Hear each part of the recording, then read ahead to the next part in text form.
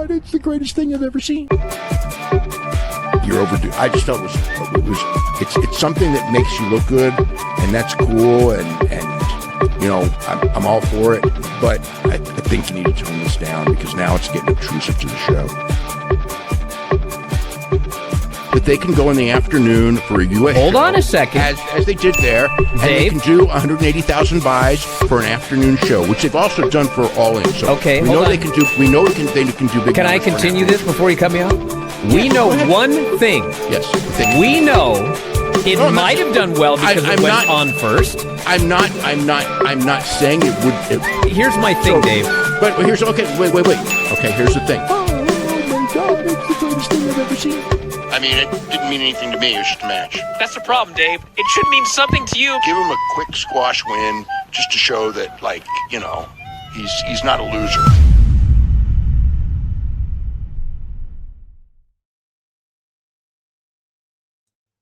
What's happening, guys? Welcome to another edition of Dave Meltzer Dumb Moment of the Week, hashtag DMDMW. I am your host, Phil S.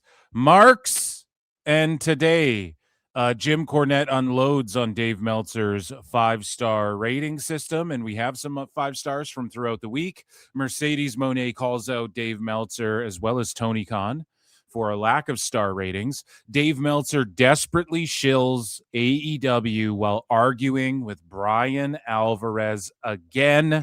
He calls Ariel Helwani and his World MMA Awards fake.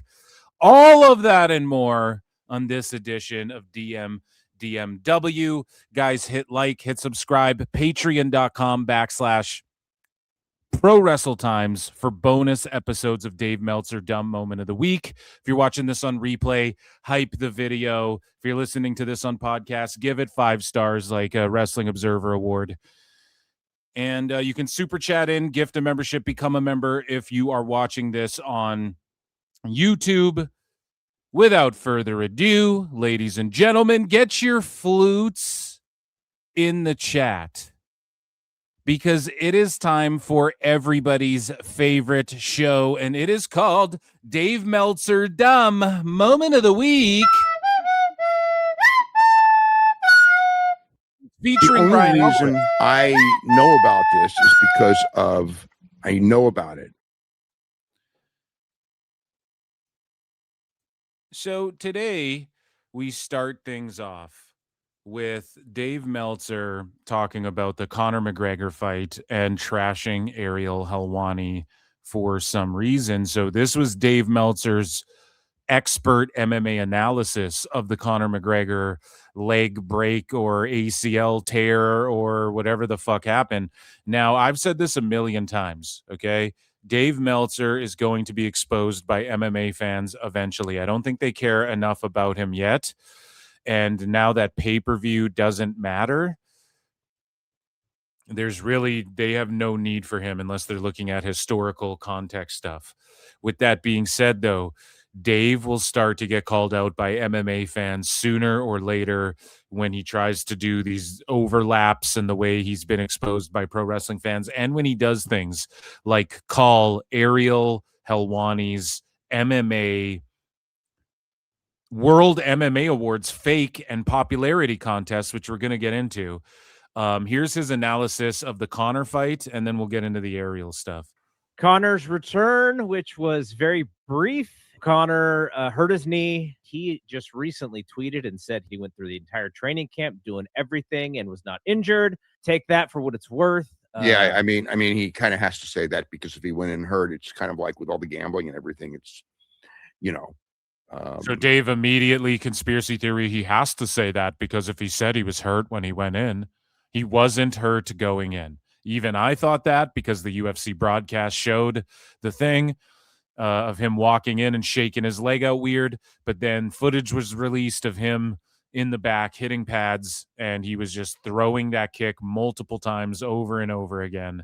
He was training that jumping switch kick his entire camp, apparently. Kind of a fraud. So, So Dave's calling him a fraud, shitting on him. And again, UFC is TKO, so Dave's going to shit on him. I mean, I don't know that he's hurt or not, but or going win and hurt or not, but the fact he said it doesn't mean anything to me at all. It was very disappointing. They showed a clip of him going to the ring, and he certainly looked like he was limping. No, he didn't look like he was limping. He looked like they were checking him, and then he like shook his leg off. There's no limping footage. He never limped anywhere. Dave is entirely inventing that. And this is before the fight, and that's because he's just reading Twitter. He doesn't really know. He doesn't have an opinion. He didn't look in any of this. That's why there's so much controversy about No, the controversy about it is because it ended in 1 second, not because he was limping. So Dave is attributing the controversy to this fight ending in 1 second to the fact that he was limping before. No, it's because he hurt himself. That's the controversy. It's because it was the Mac was returning. That's the controversy. And also, it's because the broadcast themselves showed him just shaking his leg on the way into the cage. And they were like, if you look before when he's getting in the cage, he seems to look at his leg, and who knows, that was just he was just shaking his leg out. And maybe he did begin to tear it training those kicks in the back. We don't know, but he didn't know until you're in live action, live combat. You don't really know. Is it bad enough where I can keep going? Is it bad enough where I'm too hurt to where I can't do shit? We just recently saw Yuri Prohaska take on Ulberg, and Ulberg like blew his knee out, couldn't even stand on it, backed up against the cage and just fucking threw hands and won by KO. So Conor threw a kick, was like, oh, that's weird, got up, threw another kick, was like, oh, I'm fucked. Then he tried to box, fell down again. His leg, he can't even put weight on it. He's done. Dave is saying, oh, he was limping around. No, he wasn't. He wouldn't have been allowed in the cage if he's limping around and shit. Because, I mean, the first thing he does. And also, this is what's so funny is that Max Holloway, people were like, look, he's limping around before the fight. They were saying Holloway was limping around. So now Dave is just lost in the sauce because he spends too much time on Twitter. Is basically, he does a jump up spinning kick and lands, I guess, on the right knee, right? No, he didn't do a jump spinning kick. So Dave didn't even watch this. He's just a goddamn liar being. This is why this is important. I know it doesn't have to do with pro wrestling, but he's just flat out. Here's him talking about other stuff where he's just lying. The only reason I know about this is because I know about it. So Conor McGregor typically fights southpaw, which is with your left hand back. He came out orthodox, which is with your right hand back. He came out orthodox, and then he tried to throw like a jumping roundhouse, a jumping switch kick into southpaw. It wasn't a 360. What did he say? A wheel kick? No, he never did that. And it absolutely looked bad. And from there, he was done. Yeah, he falls, and they're, the commentator's like, what's going on? What's going on? And then Max hit him a couple times, and he looked at the ref, and he's like, he can't fight. Okay, that's true, but it seems as though Paul Fontaine, actually watched the goddamn match. So good on you, Dave, for not even watching shit and then talking about it. And the same people who will call me a WWE shill, and you don't watch AEW, bro, even though I watch all of AEW. Too much AEW, in my opinion. Meanwhile, this is their king. This is sicko hive mind Vecna right here. Okay, he doesn't even watch shit.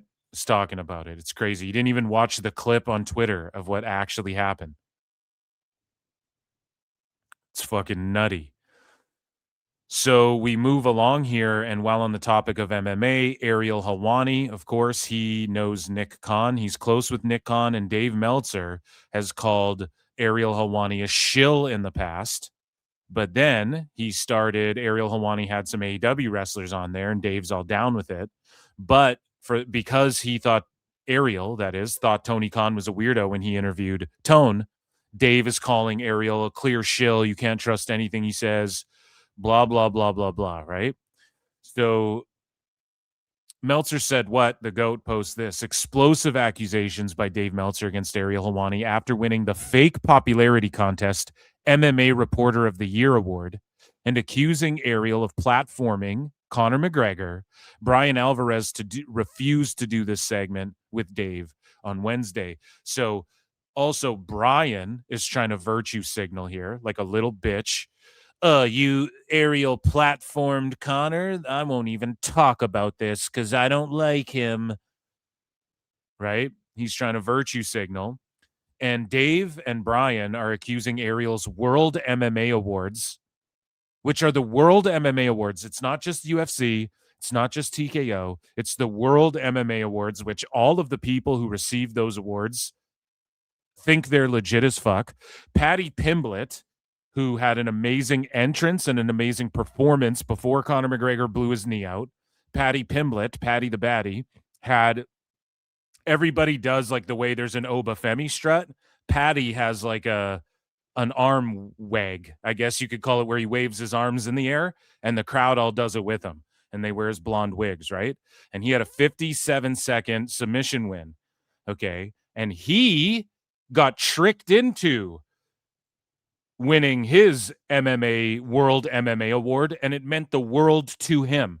Patty the Baddie, one of the most legit guys who's a fucking sports entertainer as much as he's a pro athlete through and through, okay? And to him, it's serious, Dave. It's not a fake popularity contest. It's a real award that meant something to him. Now, Ariel Helwani, for context, all right? Ariel Helwani's won this award, the MMA Reporter of the Year. He's won it 16 or 17 years in a row. This isn't a joke. And he's won it so many times that the World MMA Awards, the discussion is, we're going to name the award after Ariel Helwani. It will just become known as the Ariel Helwani Award, and then other people can start winning it. And maybe Helwani can give it to people because he's won it so many times. Okay? And it is a prestigious award. And it's an award that people take seriously even when they're nominated for it because they know Ariel's going to win it. But that's just a fake popularity contest award, according to Dave. And Bryan Alvarez is a virtue signaling little bitch. Been a really interesting week because I almost felt... Now, Ariel, me and the homeless cats at PF Chang's are going to need you to 10-7 Dave for this. Okay, Buppa? Reddit understands what I'm talking about. Once the week, once the week started and I actually started writing and thinking about it, I think that it was the come to earth moment for MMA journalism, kind of like the Janelle Grant lawsuit was for wrestling journalism. Dave, you are off on fucking Pluto. You're in Jupiter right now, inhaling the gas. You don't know what the fuck you're ever talking about. Don't talk about actual journalists. It's so funny, too, because the MMA journalists get fucking clowned all the time because they don't ask serious shit. Meanwhile, Dave, you are a step to 3 steps below them. That's how the world views you. And it was similar. I think that the majority ran as fast as they could away, and the few ran towards it as hard as they could. And it was really telling. Ariel Helwani and I have been, I think friends and cordial and all that, right? So you think friends and cordial. Ariel believes you're friends and cordial. Aunt Evans, who works with Ariel, is friendly with you. But yet you've gone on record calling Ariel a shill and saying that nothing he says can be believed because he knows Nick Khan, so clearly he's a shill. And now you're about to shit on him again. You're a garbage person, Dave. You're a garbage person. And the other night he got voted, MMA Journalist of the Year, and of course he did. He always does. It's a popularity contest. No, it's not a popularity contest. It's because he gets the best interviews, the most compelling interviews. The fighters who don't give interviews go to him for interviews. They give him the interviews. He gets the fighters before their fights, after their fights.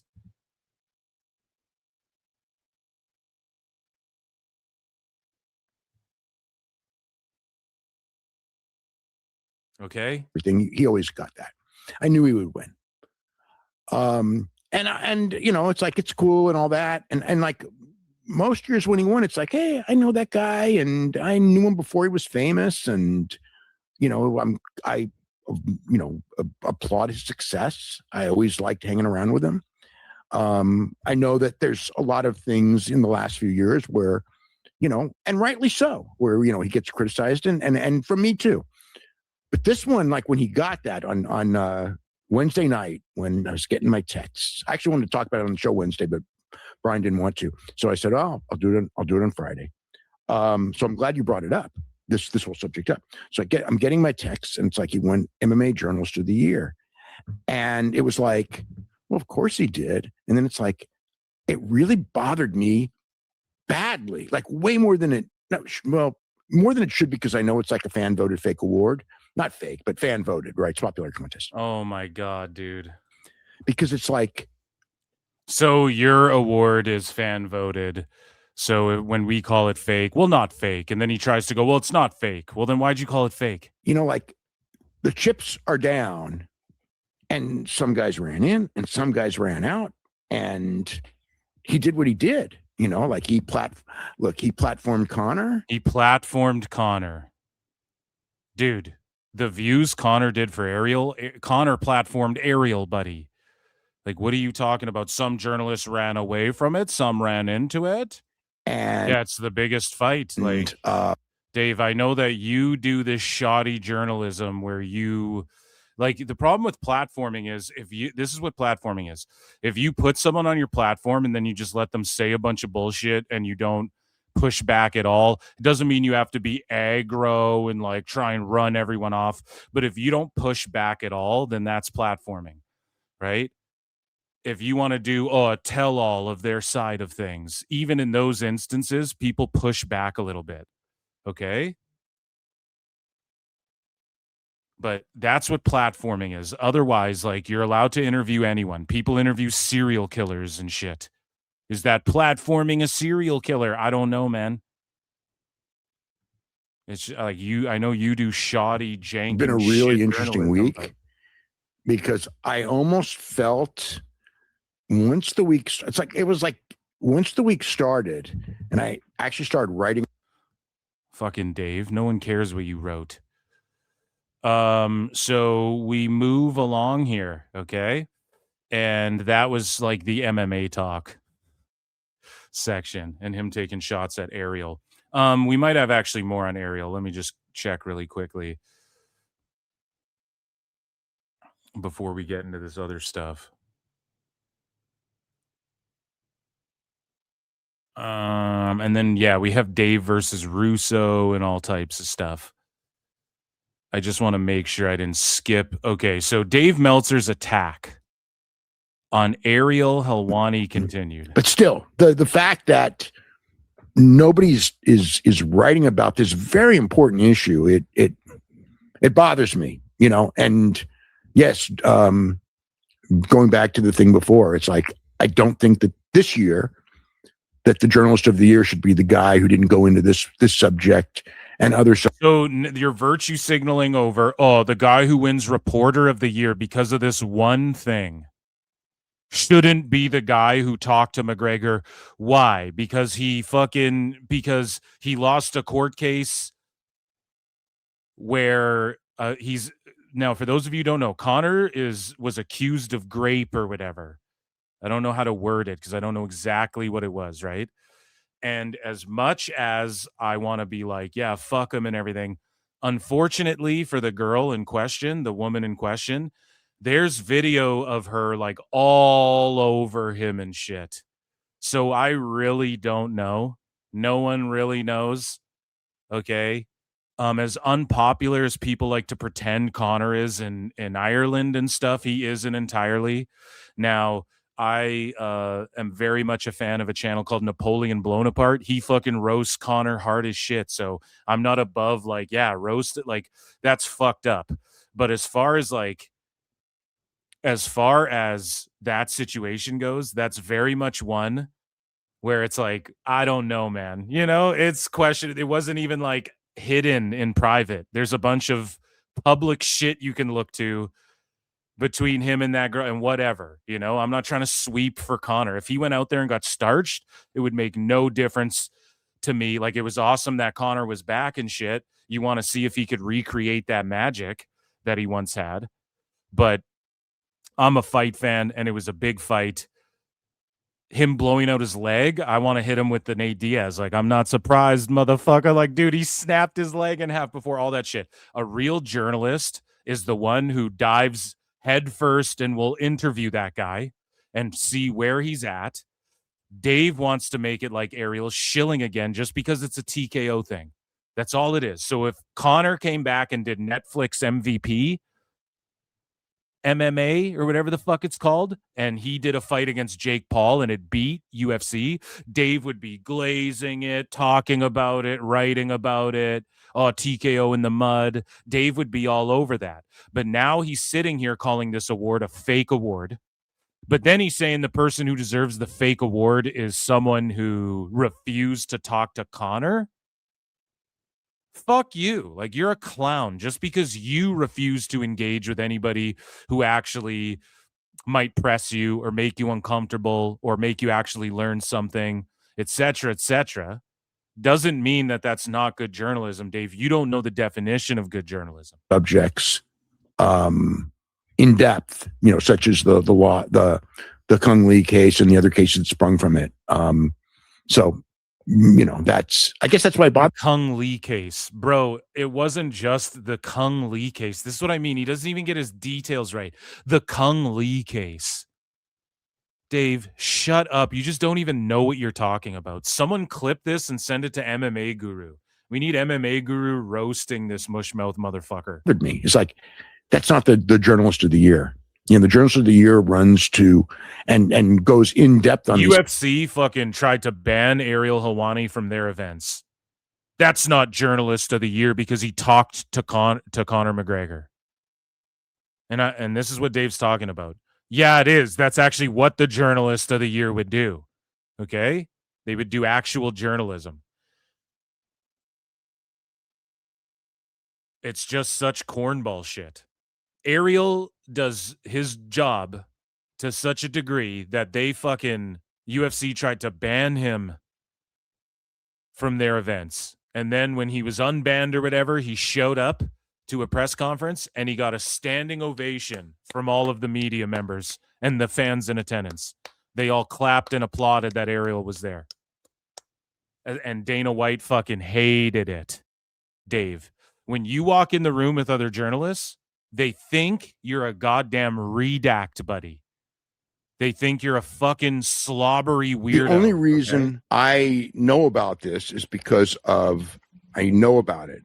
They all accuse you of stealing their shit, of taking their stories and extrapolating upon them. They don't do that with Ariel. Love Ariel, hate Ariel. Ariel might even try and drum shit up between fighters. He's done that. I think there's pretty solid evidence to prove that he has done that in the past, Ariel. That's one thing. Okay? But don't you dare, Dave. Don't you dare. Cases. It's not pretty. It's not sexy. It's not He's gonna get popular. tons of blowback. Dave, it's not pretty or sexy or popular to cover AEW the way you do, but you still do. And you consider yourself the best in the world at fucking dirt sheet journalism. You're the lowest of the low. You're the lowest. You're below me because you report pro wrestling news seriously. I just make fun of you and it. You don't understand that, Dave. You're going to get tons of blowback, but that's you got no blowback. Zero blowback. You're the only one giving blowback.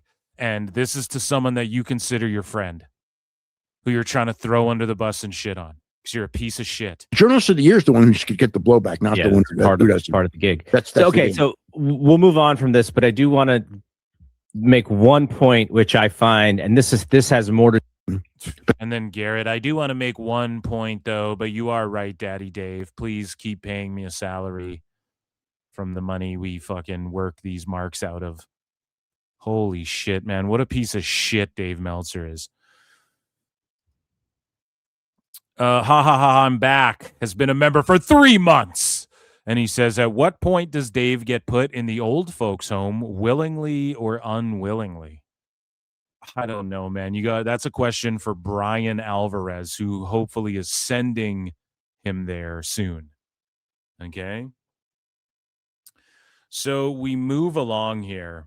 And let's talk about Dave Meltzer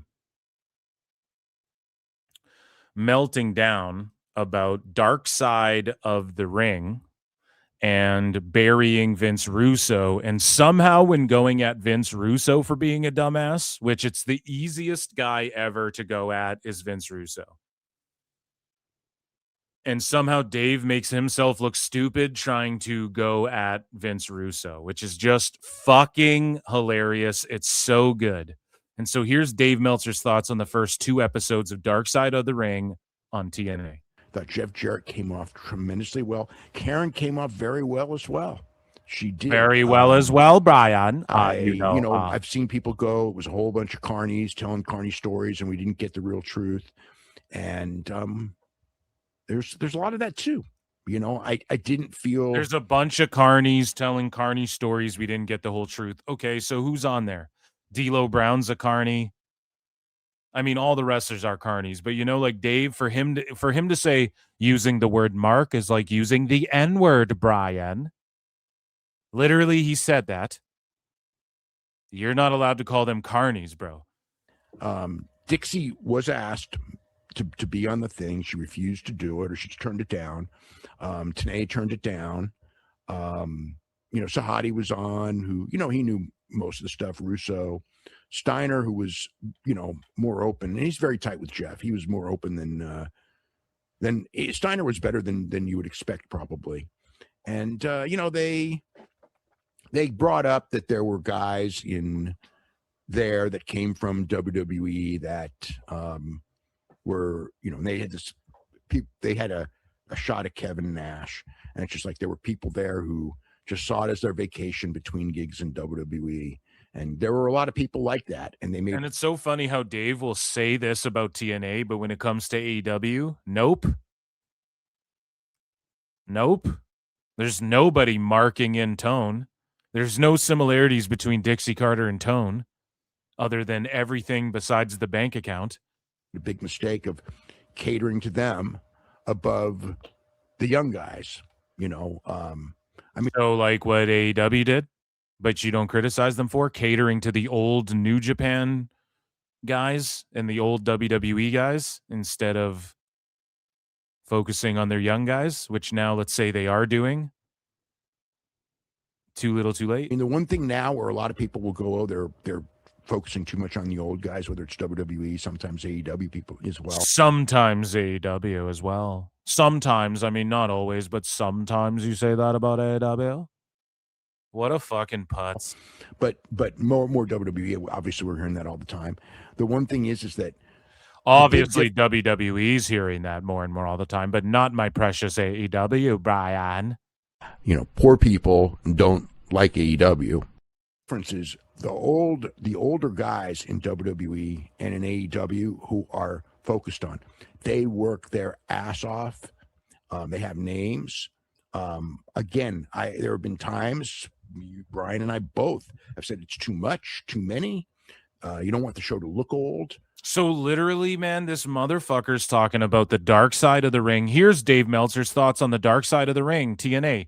He can't even go a minute and a half without going, but WWE, WWE, Bryan, WWE.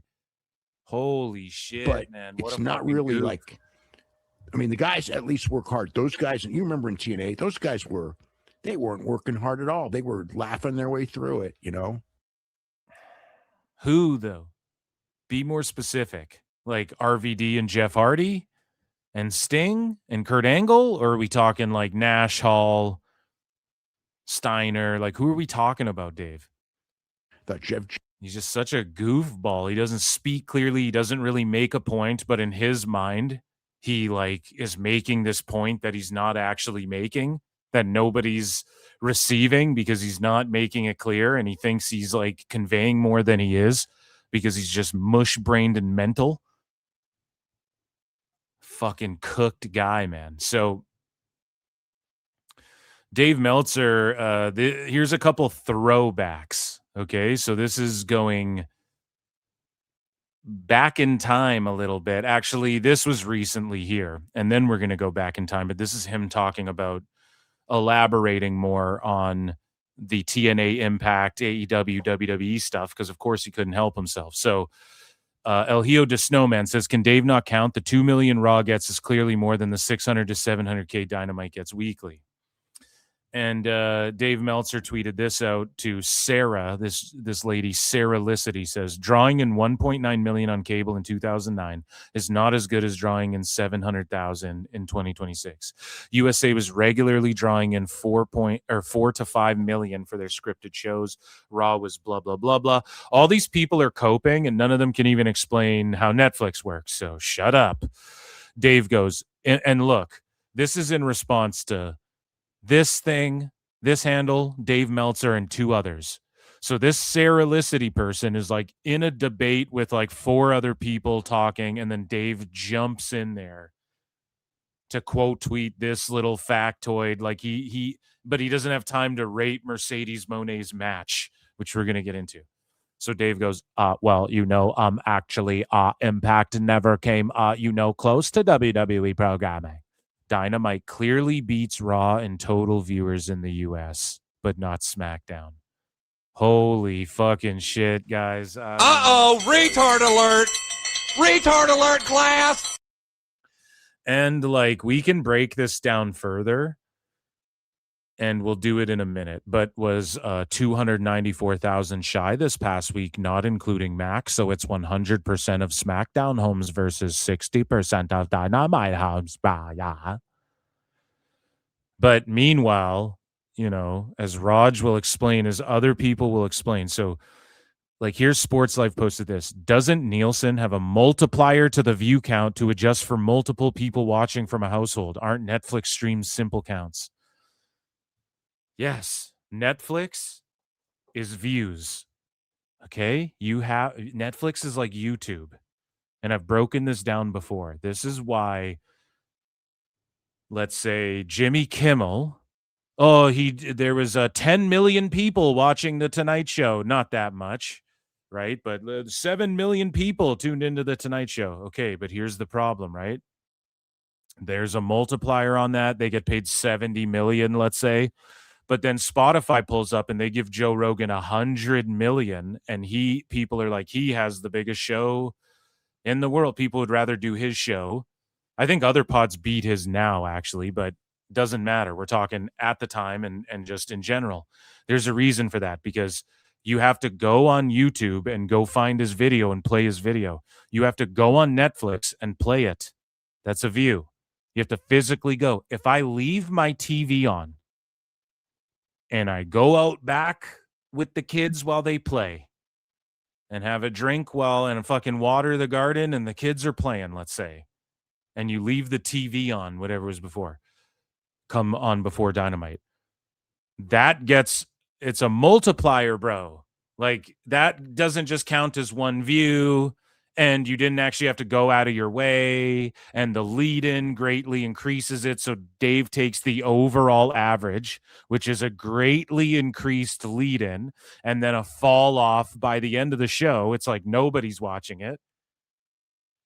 And Dave says that's certainly 100% more than WWE on Netflix. That doesn't even make sense. More people go to Netflix in the US just to search the show out. And it's views. Okay? We're not even talking replay views or anything like that.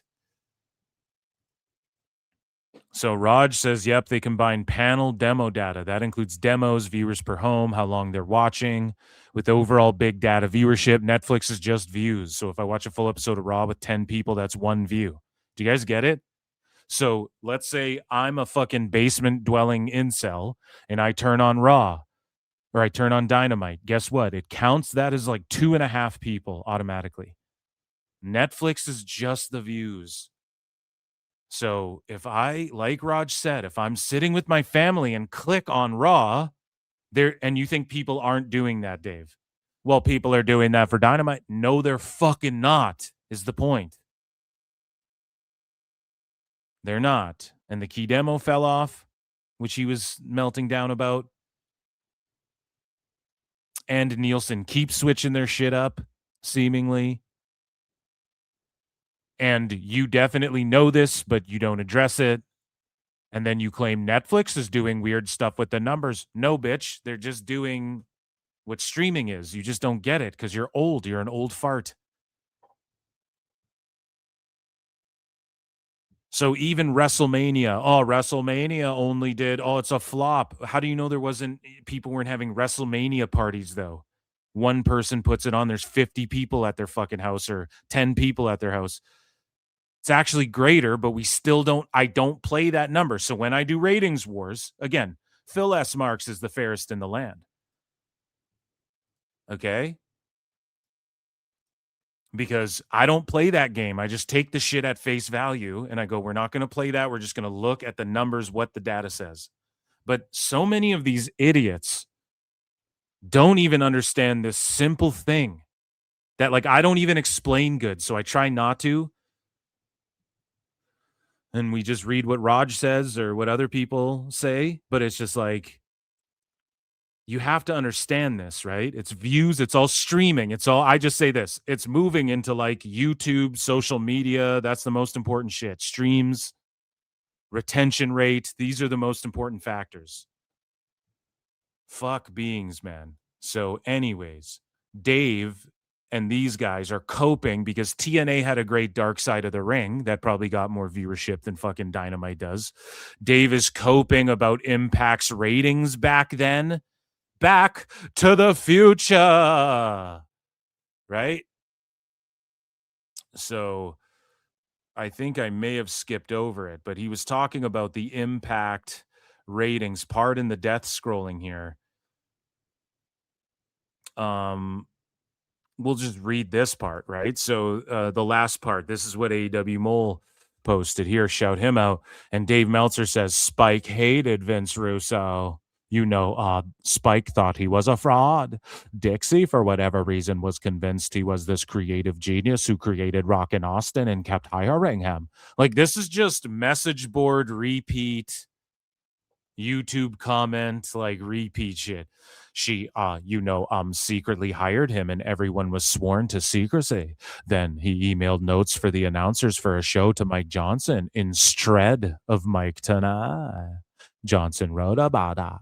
There were hours of total chaos. So, Dave, is Mike Johnson a real journalist then because he dove into the shit and the blowback he probably got from stooging that and some of the sources he may have lost for stooging that? Or is that real journalism to be like, yo, this guy just stooged me a fucking letter? There were hours of total chaos in the office because they knew they were screwed. He's telling it like it's a fucking novel that he wrote, a fake story. Dave, you weren't there.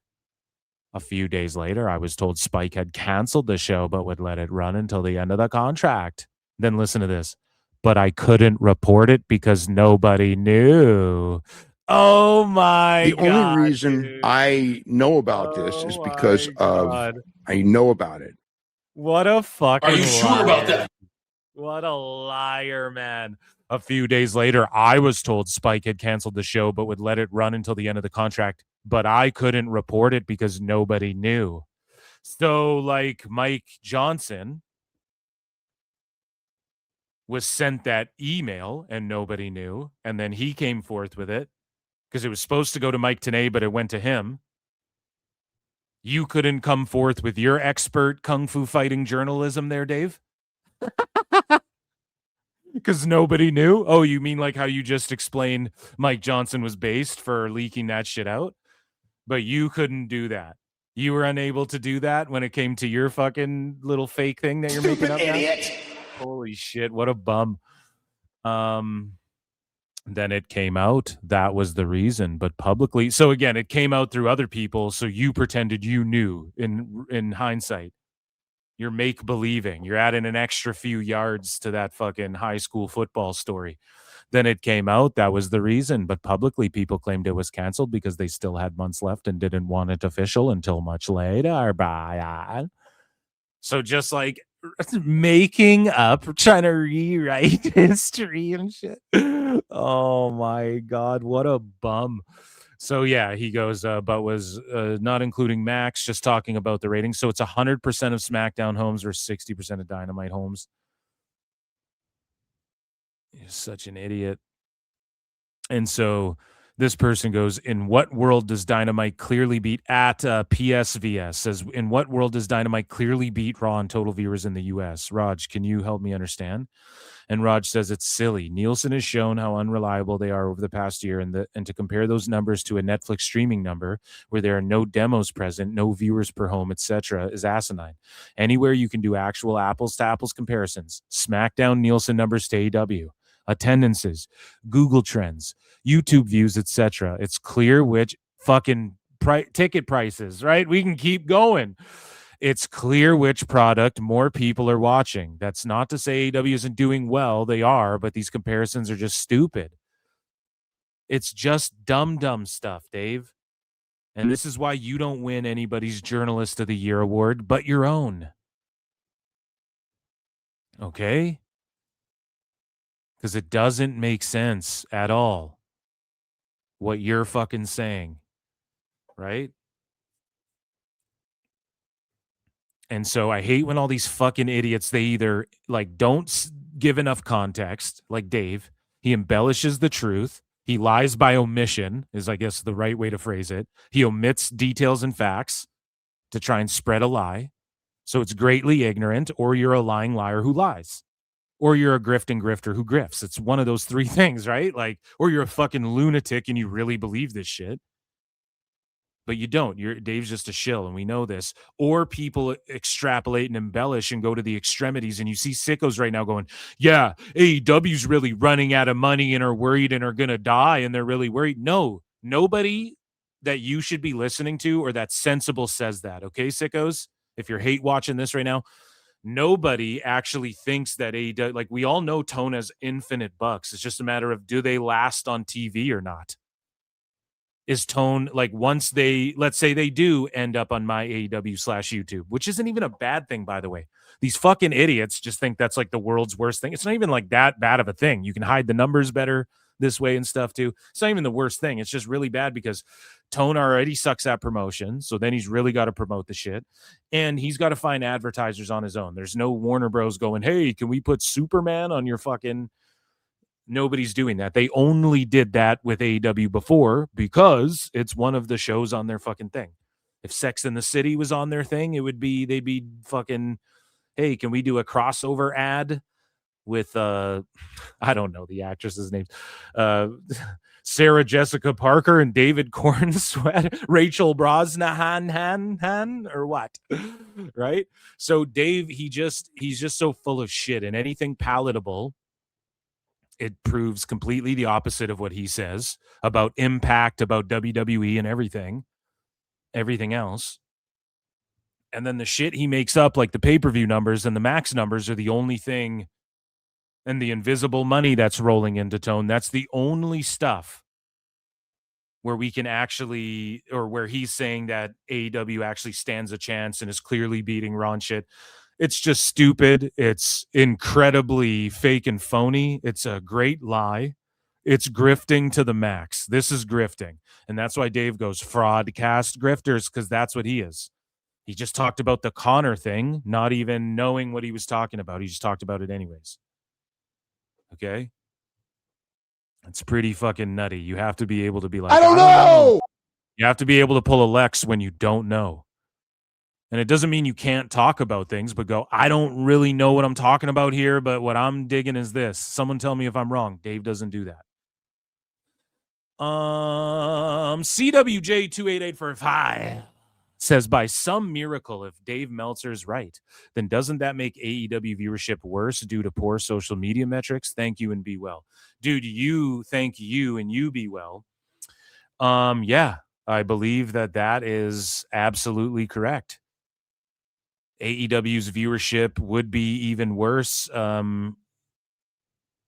if you were to just factor in the fact it's a multiplier, guys, and the lead-in and all of these things. And then Tone knows the quarterlies. I might have called it the key demos earlier. I may have misspoke, whatever. I was ranting. The quarterlies, Tone is seeing that shit. Tone knows what they're doing on Max. Tone knows this stuff. And if he doesn't, he is just being hustled. Then I believe Niccolo Piccolo even more, because that means they're just treating Tone like a little bitch and they treat him like a dumb fuck kid who doesn't know anything. which is crazy. I don't believe that. I believe Tone knows all this stuff, and he doesn't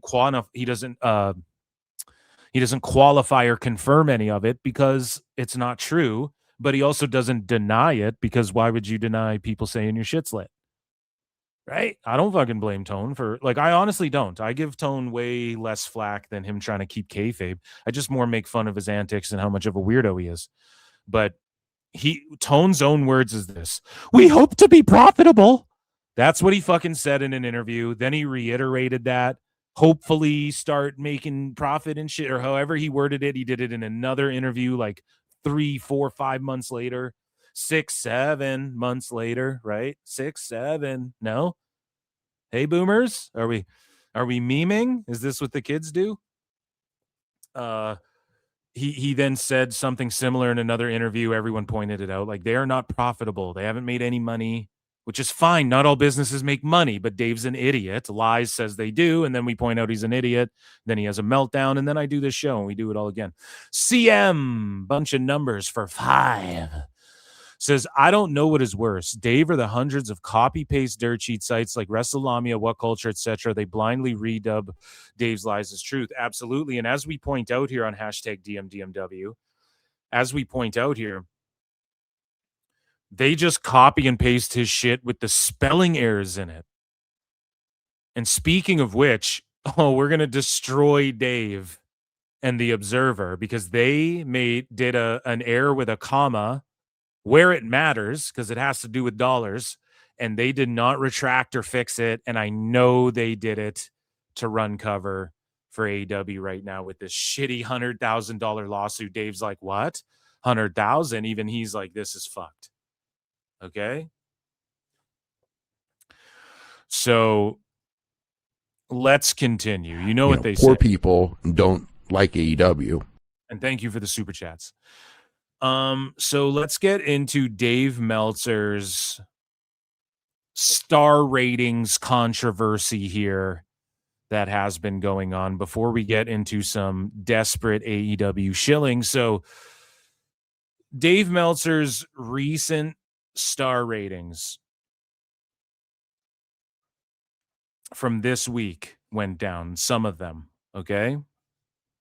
And we're going to talk about them right here. I have a graphic pulled up. I think I bookmarked the Drain Bamager or the Drain Maker or whatever, at the Drain Maker.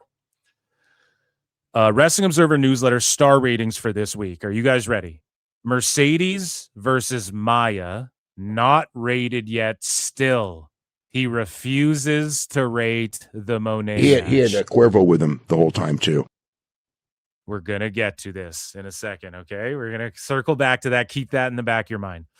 Fletcher versus Commander, 4 3/4 stars. One of the greatest matches of all time. From a guy that Dave's called a jobber who just got a visa, came back, and then he just did some flips to the outside and took Fletcher to the limit. That's a 4 and one of the greatest matches he's ever seen. Also, Davis versus Speedball on Collision got 4 3/4. Tsuji versus Takeshita got 4 3/4. Newman versus Uemura got 4.5 stars. Death Riders versus Top Flight, AR Fox Commander got 4.5 stars.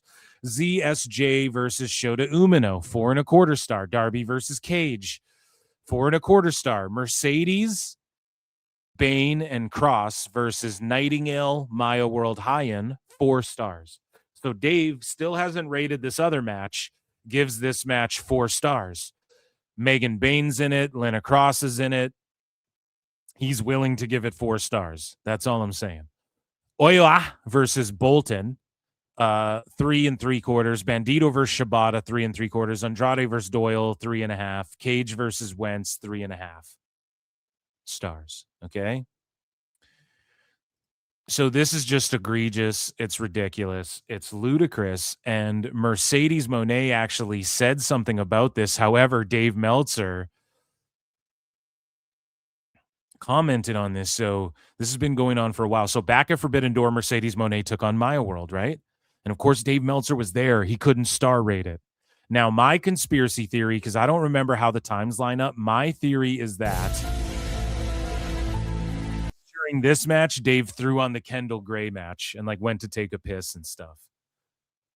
And I think the Kendall Gray match was going on. Let your boy Phil know. Was the Kendall Gray match going on while the Mone match was going on or while they were making their entrances? I can't remember, but Great American Bash was on. I swear he was just looking down at his phone. So Dave Meltzer gave an update on the Mercedes Mone My World star rating. And this is what Dave says. I've got 2 stories and 3 TV show reviews plus news today.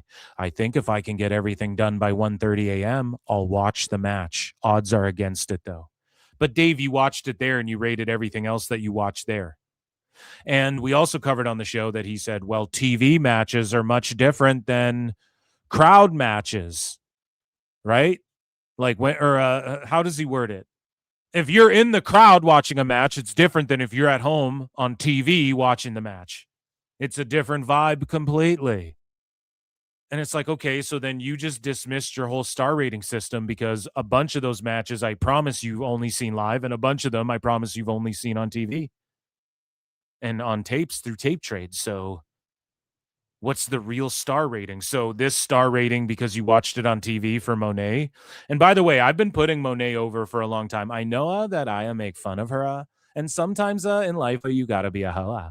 I know that I make fun of her for that shit. But at the same time, I do put her over for destroying Meltzer constantly. She's been doing it forever. Okay. And so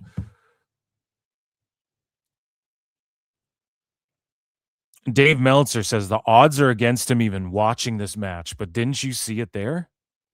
And 1:30 a.m. So this is also shows you he just crams all of his work in. It's not like, dude, I'm going to take the time and I'm going to do this and I'm going to make it look good and I'm going to make sure it's all good. And if there's any mistakes, I'm going to edit it. It's just cramming it all in quickly. What a shitty journalist. What a shitty hack. What a terrible guy at performing his job, at what he thinks he does the best at. Insane how he stooges himself like this. And I quote tweet this and I go, the only criteria Dave Meltzer has ever given about his star ratings is that it's based on how the crowds moved. Now, I covered this greatly in depth, his interview with Chris Van Vliet, bonus episodes of Dave Meltzer Dumb Moment of the Week at patreon.com/ProWrestleTimes. Sign up today. The only criteria Dave has ever given about his star ratings is that it's based on how the crowds moved. I'm not joking. He was in the fucking crowd for this match. And he's unable to grade it. Okay? So, Popo 2464 for 5 says Wembley main event booked by Meltzer, Ibu, and Ospreay's anime fantasies. MJF will pivot to Hangman. Lowest draw of 3 Wembleys. Good luck, guys. Ali Abdelaziz. Dude, I know it is fucking it's terrible. And even if it's not Hangman, then it's Swerve, or it's like he wrestles Mick Foley in a hardcore bullshit. Like, no matter what it is, they fucked up when MJF is clearly their guy. And you're absolutely right about that. Like, Meltzer books this shit with his fantasies. So thank you so much for the support. We continue. And Dave Meltzer gets called out here. King of the North says, all this time you spend replying to trolls and grifters. And it's so funny because this guy's like, all this time you spend replying to trolls and grifters. Now, he's not actually calling them trolls and grifters, but that's what Dave calls people. And when they agree with him, they're just random fucking accounts. Like, remember Jeff Lane found out that Meltzer, he's like, oh, this mathematician I know. It's just this random psycho on fucking Twitter that he responds to their tweets and shit. And Dave is like, a mathematician I know who studied this said the numbers were blah, blah, blah. And they're a real mathematician. You go to their Twitter, it's like a fucking troll account. It could not even be a real person. Could be someone felting Dave for all we know. And so King of the North goes, all this time you spend replying to trolls and grifters on Twitter could be used watching that Mercedes versus Mayo World match everyone is hounding you over. Oh, shit. He destroyed him. Yeah. And so Meltzer goes, I'm on Twitter when I'm on the road. Time here is not time that could be spent watching anything. And I go, so you're on the road 15 hours out of every day?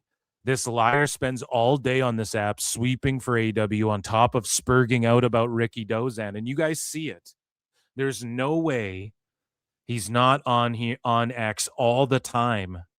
Nobody, dude, he reads all of his replies. As we pointed out before, he responds to people where it's like this person replying to this person and like 7 other people. And it's like, bro, you can't, if you go through all your replies, like check a couple replies for sure. Me, I try and prioritize my YouTube comments. I'll come say I'll try and leave hearts and be like, hey, I agree, or that's stupid, or fucking what's up, thanks for watching. You know, because I feel that's where it matters more. X is like, bro, you can make an account right now and come call me retarded all day. Like, I don't put much stake into you know what I mean? Personally, I don't know. It's just fun to interact and argue, throw some bait out there, just react to shit, live react to shit, see what's trending, see news and shit. X is the best for that. It's good if you guys are watching this on X, retweet the shit. Spaces are cool. Lives on X is really cool. I think that's the best thing Elon really integrated and made the most out of, right? But Dave is just like sleuthing through his replies like too much. We can all tell. So there's no way you're on the road. And when you're on the road, Dave, are you driving and flying yourself? Because Mone exposes you and the best guy, Tone, for him flying you around, because I don't think she's really joking about this. Okay. And then we're going to end with Jim Cornette going off about his stupid ass star ratings, but this is all because he can't watch this match he was in the crowd for and give a star rating to. Like, what, Dave? It's just a lol cow shit. Like, Dave, you don't have to do this.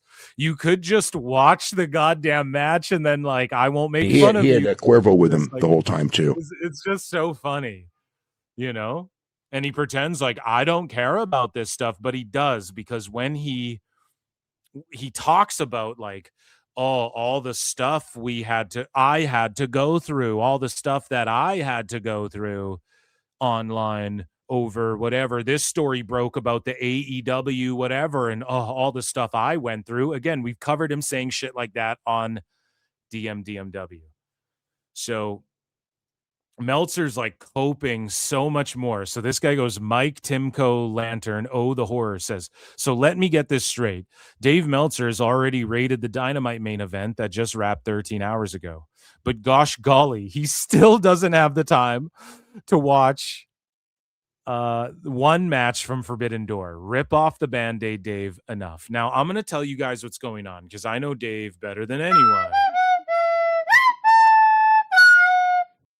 What he's doing is he doesn't like Mone. He reluctantly, and I point this out all the time, he'll rate her high stars, but when she's wrestling like Hazuki or one of these girls that Dave likes, but he doesn't rate Mone ever. He's super critical of her because he doesn't want to put her over, because she's taken shots at him and thinks he's a mark and has buried him in the past multiple times. And so he doesn't like that, but he can't help but admit she's one of the 4 horsewomen and she is goated at the end of the day. And so he tries to shit on her. And in my opinion, because he was at Forbidden Door, yet he also rated the entire Great American Bash card. So he found time to watch the Kendall Gray match on replay. He can't find time to watch Mone Maya World. It's because he doesn't care. Some people say, oh, Dave's racist. He had Cuervo with him the whole time too. We covered him on this show talking about the UK crowd. He was literally like, well, they're new and they're stupid and they're minorities, Bryan. That's literally what he said. This is the sort of shit where people's antennas go up and they go like, what's going on now? I'm not going to attribute like he's racist. You know, I'm not going to do that. Alfred Kunawa can do that. I'm not, whatever. I'm going to say this. He doesn't like Mone. She's felted him a bunch. She destroys him right here. And he just copes over this. He always grades her tough, but he grades her higher than like what WWE's got going on, but like higher when she wrestles, again, like a Hazuki or whatever person he likes better. But he does not like Mone, and he took the time, in my opinion, allegedly. He like went to the bathroom, got some fucking nachos. He fucking was refilling his drink. He fucking went to empty his flute. He was like in the shitter watching the Kendall Gray match on his lap, or he fell asleep. He's old. Take him home. He's geriatric. He needs his rest, okay? He fell asleep. That's the other theory of mine. Let's continue with this here before I get off in the weeds. So rip off the Band-Aid, Dave, enough. And so this is what happens here. Dave goes, I did a 22-page issue in 3 working days and finished at 4 a.m. Okay. So why couldn't you're cramming all 22 pages in one night and finishing work at 4 a.m. So why can't you just cram in that match and go to bed at 4:15 a.m.? It makes zero difference.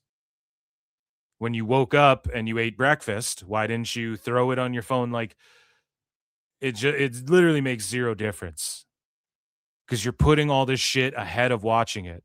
Well, Commander's back, and even though everyone knows the outcome of that match, and I've seen that same match 50 billion times,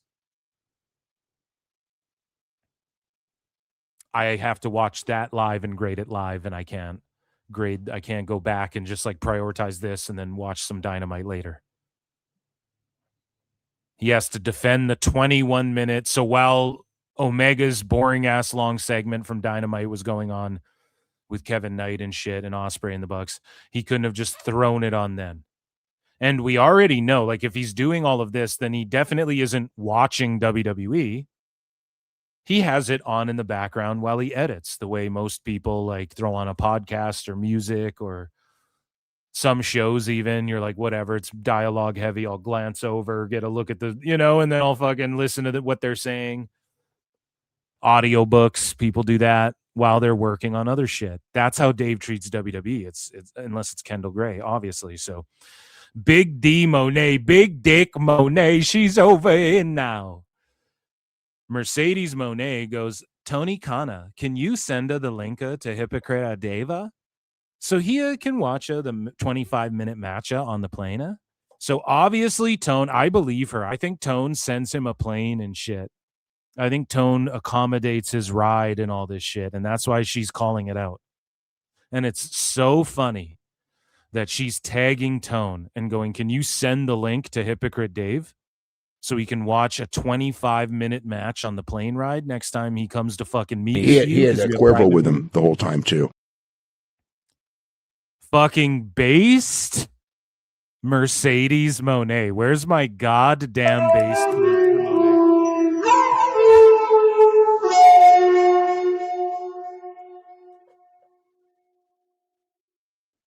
Based Monet. Point blank. And based fucking her dropping all those titles individually and proving a bunch of the haters wrong. Now, is she kind of cringe? Yes. Does she talk like this? And sometimes in life, you got to be a hoe. Sometimes in life, you got to be a hoe. Absolutely. Okay. But do I maintain, and this isn't to take shots like people often rank the 4 horsewomen. To me, is she 3 or 4 on that list? Yeah, personally, yeah. I feel like when she has a really good dance partner is when she's really, really incredible. But is she like one of the most viable women in AEW? Yes. Is she over? Yes. Is she a big draw? No, AEW is not a big draw. Did she drop those titles one by one? Yes. Did she felt Dave a bunch of times? And this is just the funniest one because she straight up tagged Tone. Yes, it absolutely rules. The best guys, Tony Khan. It absolutely rules, Monet. Both things can be fucking true. And I fucking love Monet. Monet, come on PWT. So somebody who's not liking Dave Meltzer's star ratings system, because remember, this all stems from Dave just refusing to give it stars. And this is why. He knows that he would have to give that match like 4 3/4 stars, but he doesn't want to do it. He doesn't want to do it because he didn't really like it. But if you go and watch that match, and I said it watching it live, Maya World like lived up to the occasion. It wasn't a breakout performance, but she did all the moves. Like if it was anyone else, if it was some chick from Stardom or Starlight Kid or whatever the fuck from CMLL, or maybe she's from Stardom, actually. She's the masked wrestler, right? Whatever. Dave would like give it 1 billion stars. But because it's Monet, because it's Maya World, and Maya World is green, but she's like living up to it, even on Dynamite. Like she's proving that she's running with the ball. Did she have a breakout Mustafa Ali, Kofi Kingston level? Holy shit, this guy can really fucking go and hang with the big dogs. Nah, she didn't have like that moment. You know, Monet kind of brought her through the match, but like if that was anyone else, Dave would have rated it 100 fucking stars, but he doesn't want to do that. So he's just not going to do that. And he's going to keep, and this is the thing too, Dave's like defiant and he has to just resist. So if you criticize Dave and go, you're old and out of touch, buddy, he starts showing up in like an Adidas tracksuit and going, these old fraudcast grifters, Bryan. He just copes and seethes about everything. And he starts saying, like I say, yo, Dave is the greatest projector who's ever lived. So then he starts going, I'm the great reflector because I hold the mirror up to what people are they. You know, he just copes and seethes about this shit. And he just has to reject. Even when you prove him completely wrong with facts and statistics and math and numbers, he just instantly rejects you.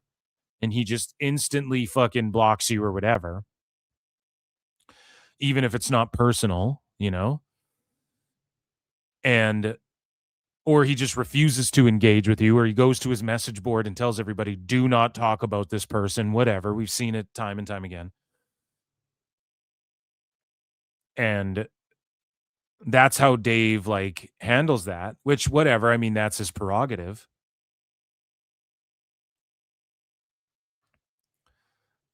But he just copes and resists and gets defensive instead of go, oh yeah, I was wrong, or maybe I fucked this up, or here's a correction, whatever. And we're going to show physical proof of that in tweets that they've made for the Wrestling Observer recently when it comes to AEW. And so the point I'm making here is that Dave is going to just continue to refuse to watch the match because everybody's calling him out for watching the match. And he's going to refuse to lower the star ratings. He's even going to bolster them and make them higher than you realistically should, even for WWE. With WWE, he rates everything unrealistically high, but doesn't go 5, 5.5, 5 1/4. Do you guys notice that? Rarely he'll hand out a 5, but he doesn't go 5.5. And he only does it when like everyone, even sickos, are like, yeah, that was banging. That's the only time he'll do it, because he'll only do it when he's ahead of it. So like he'll rate this WWE match a 5, even though he would have just given it a 4 if he knows the sickos will call him out for the shit, but because he can get ahead of it that way. Otherwise he resists. And so he will refuse to rate this fucking match. Maybe it'll come next week, but he's just refusing to right now because he just won't fucking accept what people like. Now that Monet said that just bought until next week before he actually reviews the match. And then he's going to say, well, I didn't find time. And Brian's going to be like, okay, Dave.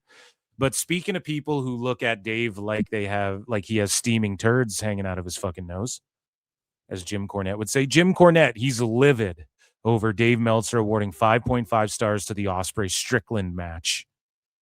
And I am too. I mean, it's the same fucking match we've seen 100 times. Zero heat behind it. And Dave calls everyone else low IQ, yet his own employees talk about how Dave Meltzer has sat there, watched AEW with them, and clapped like a seal, like a baby with keys being jingled in front of them for the same spots he's seen 1,000 times. Dave's own employees have talked about this on their own shows. Jim, I didn't even realize this until just seeing the times. In a match that was twice as Shout out the Experience, Brian Last and James E. Cornette. long as the three-way main event to the WWE show. Will Ospreay defeated Swerve Strickland to win the Owen Hart Cup. 35 minutes. Jesus. 8 seconds. 5.5 star match. Oh, good Lord.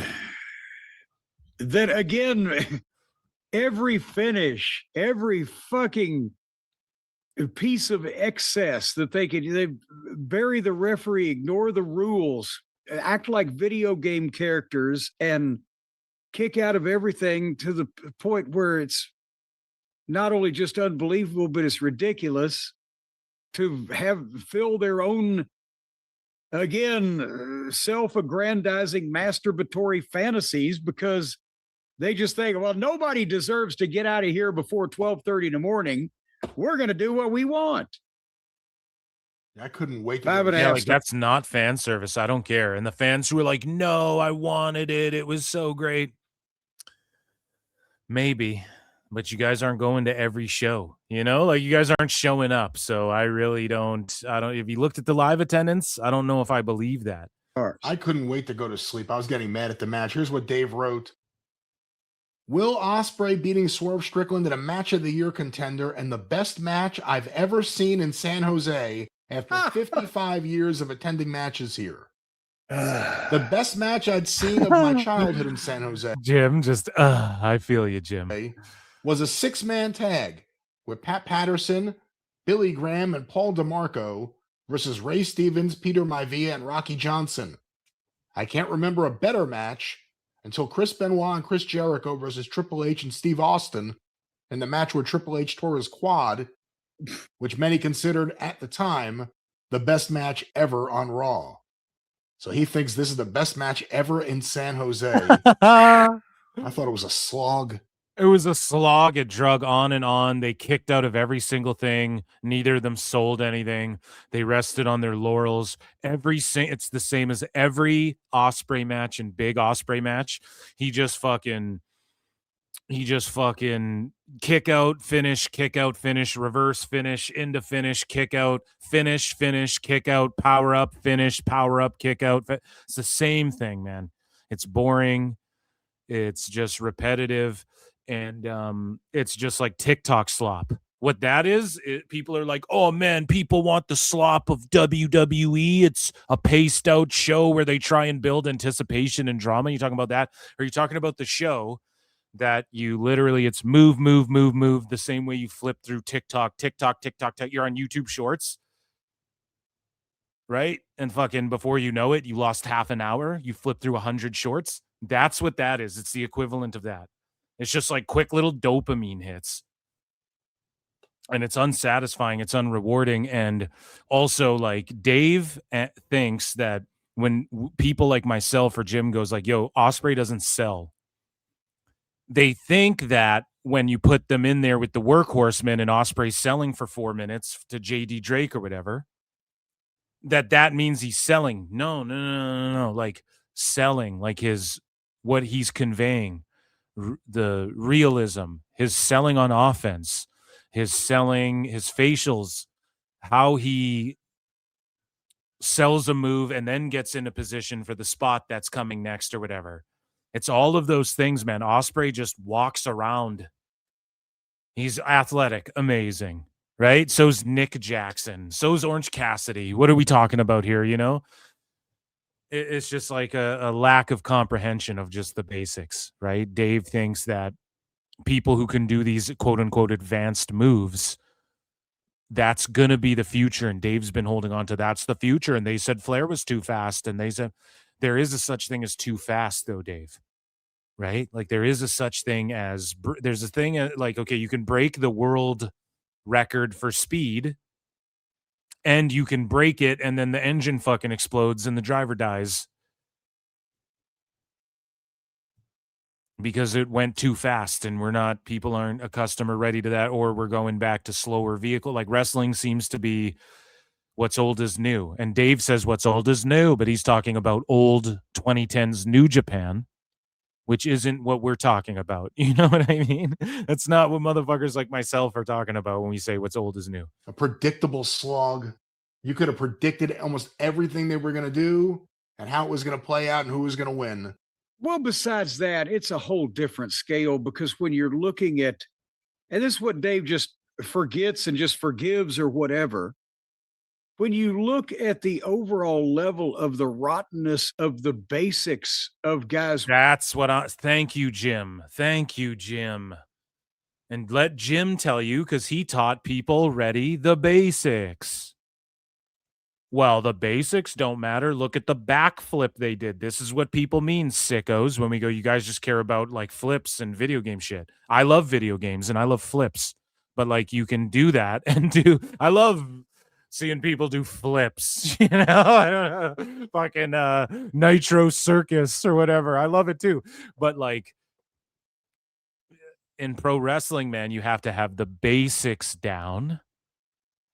Because the finer things matter, the details matter, the little things add up and they become greater things. And that's how you get people to pop. It's a Hell in a Cell match and it's Drew and Punk at the top of their game and they're going crazy. And he pours out a bag of beads and everyone pops. And people who are too fucking dumb to pick up nuance, who are just like, feed me more right now, flip, flip, flip, move, kick out, come in my pants, go to bed, wake up, do it again, TikTok brain.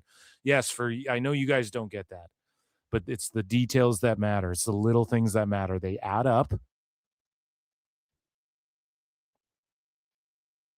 and it can make something great. The overall level of the rottenness of the basics of guys' work today, because they're all concentrating on trying to do these convoluted spots and set this cool shit up and work with the furniture, that just everybody's punches and arm whips and shoot offs and fucking basic holds and basic they look positioning like shit. Jim's cooking. has Let him fallen cook. to shit.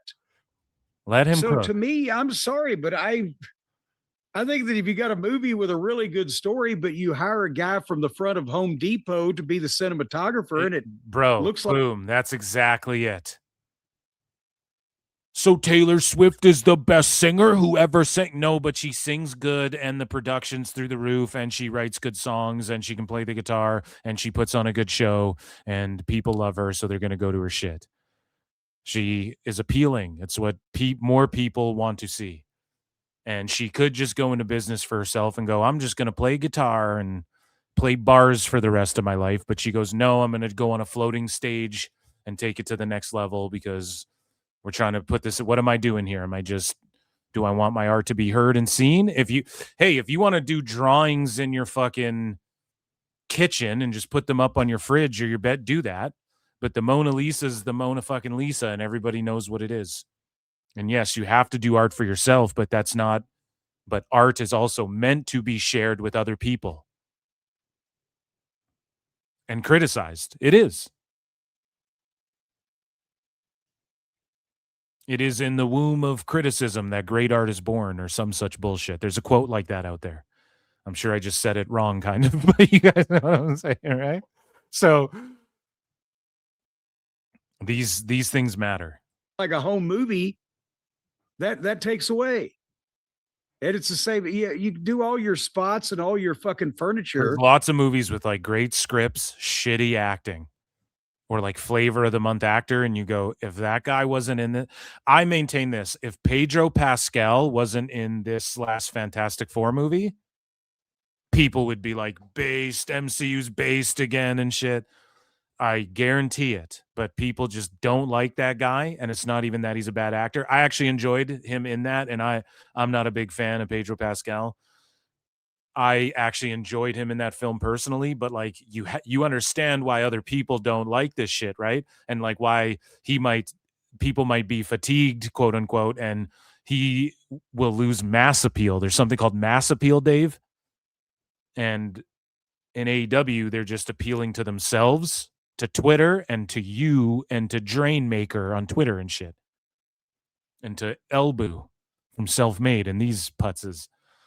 But if you can't actually make the shit in the middle look right, I'm deducting. Fuck you. Well, those are the star ratings for AEW Forbidden Door. Jim Cornette. Mercedes Moné's match, which Well, yeah, because it's so important to get these things right. People's lives and careers depend on it, Brian. So we'll have to update the people on that once that the news comes out. It's like a recount in an election. Jim, good. You know, Dave listens to himself a lot. Yeah, I bet that's like a Raycon earbud. Raycon sponsor PWT and DMDMW. What the fuck are we doing? Shout out Jim Cornette. Jim, I didn't even realize this. That's hilarious. So now we must get ready and embrace ourselves for some unbridled, unhinged AEW sweeping, shilling, defending. I don't even know where to start with this. So we're just going to go, we're going to hit the drop and we're just going to go in order of how I have it laid out The here. best guys, Tony Khan. So AEW, of course, is Dave Meltzer's favorite promotion. Some people say he's invested in it. Some people think, and I did a lot to spread that rumor too of like 3% and shit. I don't think he owns any of it, but like maybe Tone like buys a bunch 1,500 copies of the Observer every month, and I'll hand them out to people. Like maybe. I just think it's Tone is a billionaire who pats him on his head. I think Tone plays Dave more than Dave knows.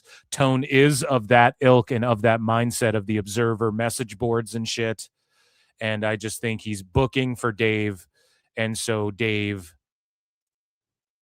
likes that. And Dave likes and praises Tone even more when Dave praises the shit he does and Tone listens to Dave, right? Like Dave saying, no, don't sign Sheamus. You know, but then Dave gets upset, and when like Tone signs the Hurt Business, Dave gets upset about that, and he's like, oh, they're older and he shouldn't sign these guys, and then he does. And then do you hear Dave glazing the Hurt Business ever? Nope, never. But all of a sudden, like, Mark Davis is one of the best wrestlers on planet Earth right now. I'm supposed to believe that. And nothing even against him, right? But it's just a fact that like Dave has gotten phone calls from Tone going, I promise I'll never book a bad, whatever. Like Tone values what Dave has to say, and Dave likes the pat on the heads and the private plane rides and all of this stuff, right? And so instead of the Wrestling Observer douchebags, which we're going to point out how their social media, whoever runs it, is a shill as well, obviously, and an extension of Dave. And Dave tries to cop out and go, oh, well, I don't even operate some of these things. It's not me. Yeah, but they're extensions of you, Dave. You motherfuckers aren't hiring me to run your Twitter. So obviously, you guys are hiring people who think like you do, Dave, or they wouldn't work for the Observer. So don't try and lie. Don't try and bullshit people. So they go, should some weapons be left out of pro wrestling? No, bitch. They should be left out of fucking AEW, some of these weapons. And I quote tweeted and said this, exploding super shoes. Now, my preamble, I wanted to say, Dave does criticize AEW sometimes. It's not like he doesn't ever criticize them and say things like this, but it's always like he's depressed and sad that they did something, and then he just quickly moves on. He doesn't spurg out and go, oh, well, they're dying and they're past their peak and this is bullshit and they fear the audience and they're scared of fucking, you know, he just always goes, it was what it was. They shouldn't do that, but this was a tremendous Dynamite, still a 5-star match. Like, this shit doesn't lower the guys, star Tony rating. Khan. And then Dave will omit this in the newsletter, and he only talks about it when Bry confronts him. So in the newsletter, we've covered this here, he will write shit like Okada versus Takeshita, 5 stars or like 4.5 stars, whatever you rated it, even though you watch the match back and Takeshita did a screwdriver head stabbing to Okada and it was right in front of the ref. And that doesn't dock stars or vice versa, whatever. You guys know what I'm talking about. That doesn't dock stars when Okada stabs Takeshita in the head with a fucking screwdriver right in front of the ref. That doesn't make you go, fuck. They fucked that up. They didn't even follow the rules and shit. No, for Dave, and then he doesn't even talk about it. And we covered it in the Observer. He just goes, oh, besides the finish, it was a stellar match, 4.75 stars. It's like, dude, do you know how many movies like are great, but then they don't stick the landing and people go 3 stars? It can't possibly be a 5. 2 stars because that ending. And it fucks up everything. Like, Dave is the worst critic, the worst critique, the worst fucking every analyst, everything ever, and he's a liar. And I wrote this: exploding super shoes, fist bowls, medieval weapons, hypodermic needles, forehead skewers, and screwdrivers to the head have all passed the test. The drill is where Wavy Davy draws the line. So Tommaso Ciampa, again, everyone loves Ciampa. He's a great wrestler. What does he do? There's something in the water in AEW. Oh, I know. I'm gonna go and get a screwdriver and pretend that I'm gonna screwdriver him in the temple like No Country for Old Men or whatever the fuck. I'm gonna be the Terrifier clown and screwdriver him in the brain and kill him. Wrestling cool. Ciampa, what are you doing? You old fuck. Quit trying to be cool. This isn't cool. No one thinks it's cool. Just wrestle good. That's what you do good. You cut good promos and you wrestle good and you tell stories. Oh, I'm gonna drill him in the brains, and then he'll be the pain maker and dress up and put the eye paint on like it makes a fucking difference. Jericho now has resorted to going through the hits now. Jericho's like, I know.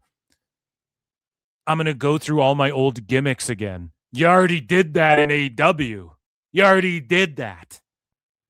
What's next? You're going to be Lionheart and wear yellow tights? Like, that makes a fucking difference. This shit is like middle schooler video game shit. That's what it is. This is what it is, right? You play WWE 2K My Rise, and then all of a sudden R-Truth shows up and he's dressed like Jey Uso, and he's like, yeah, dog, in an alternate timeline, I invented Yeet. Right? And then you go off on a mission that's like an imaginary dreamland wrestling world where you team up with main event R-Truth to fight the Mega Powers or some shit. That's what AEW is. It's just like video game middle schooler shit. Anyways, I'm going off on a tangent. Here's where Dave draws the line. Power tools. Ciampa hit him with a chair afterwards and then got a power drill, and security came down and did not allow this lobotomy. And very, very good opener. I wasn't a fan of the drill, by the way. Not at all. You know, I just think that, like, that's...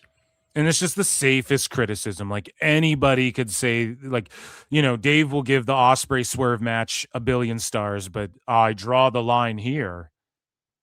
And it's like, bro, you need to draw the line before they get here. They're only here because people are breaking their necks and pinching their neck nerves to get 5 stars from you and drowning people in fish bowls, and you keep giving it 4 and 5 stars, Dave. You know, it's like one of those things where what's the positive of that? Like, you can't use it. Right? The drill, I have no idea. I mean, you can't. Well, we've seen a lot of weapons like this. Yeah, I always think it's bullshit. Chainsaws. You know, it's like you can't chainsaws. Use it. And what is that? What they're doing at Redemption, like, Dave? Did you just stooge what they're doing at Redemption? Everything looks so chainsaws. Who's ever brought a fucking chainsaw? Or is he criticizing AEW for doing the Halloween match with the Texas Chainsaw thing? Is he criticizing that? Hopefully that's what he meant. But he goes, chainsaws. Well, it's a drill, but okay. Go on, Unk. Go ahead. So bad, you know? It's like if you're watching with somebody and they see that, they're gonna go like, I just don't think that like wrestling should be like, you know, like a normal person is watching. Dave, guess what? A normal person watches Orange Cassidy and thinks the same thing. A normal person watches Commander versus Fletcher and thinks the same thing. A normal person watches, let me get my list, exploding super shoes, fish bowls, medieval weapons, hypodermic needles, forehead skewers, and screwdrivers to the head, and they think the same thing. Scissor stabbings to the head, they think the same thing. When Marina Shafir is fucking dipping her feet in glass like it's the fucking Kumite and dipping her fists, and they think the same thing.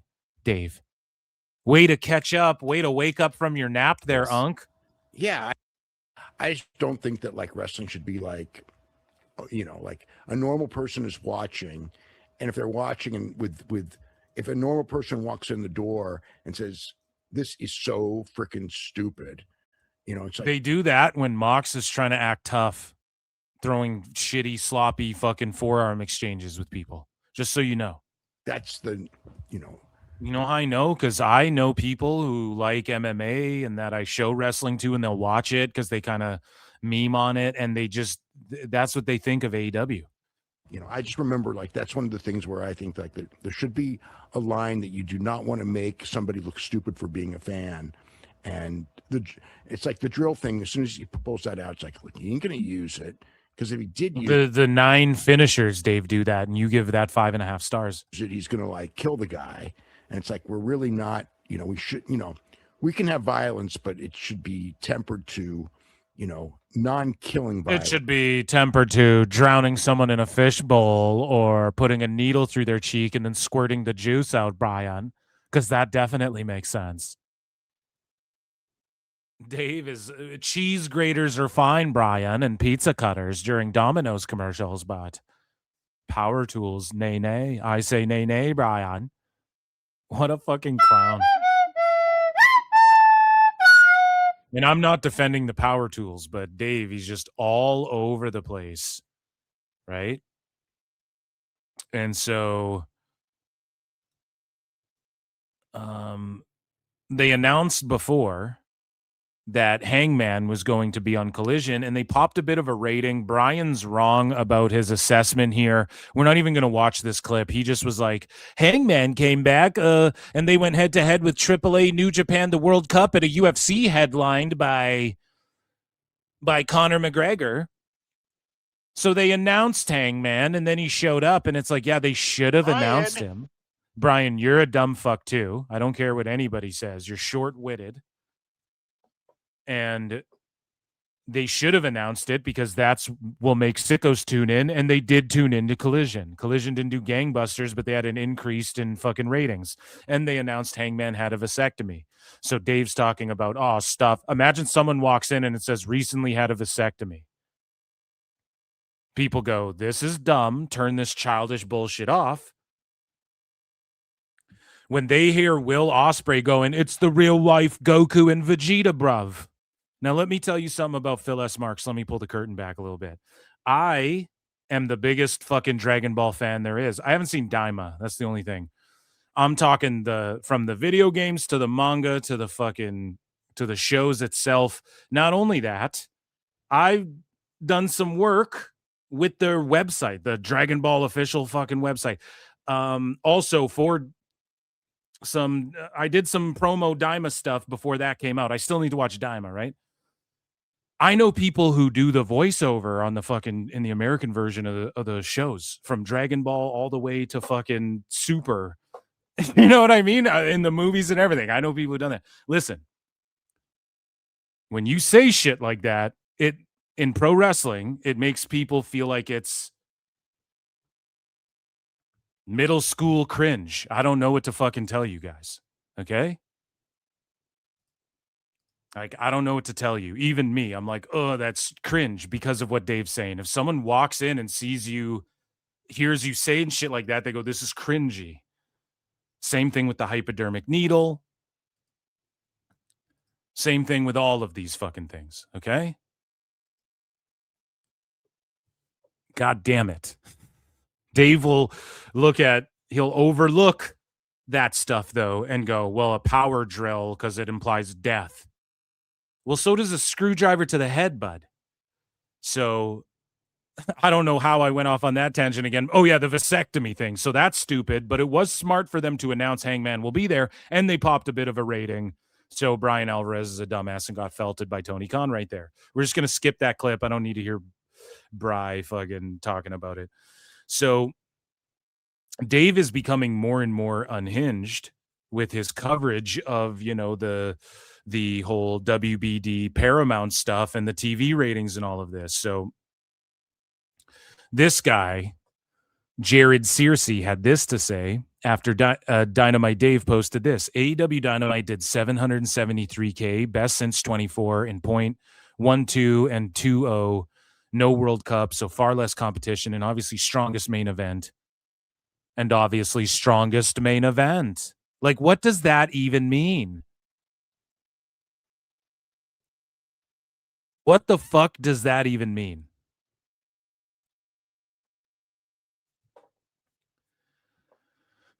Strictly panel would likely be low to mid 900s for a fair comparison to a year ago numbers, not including Max. If HBO Max did 300K,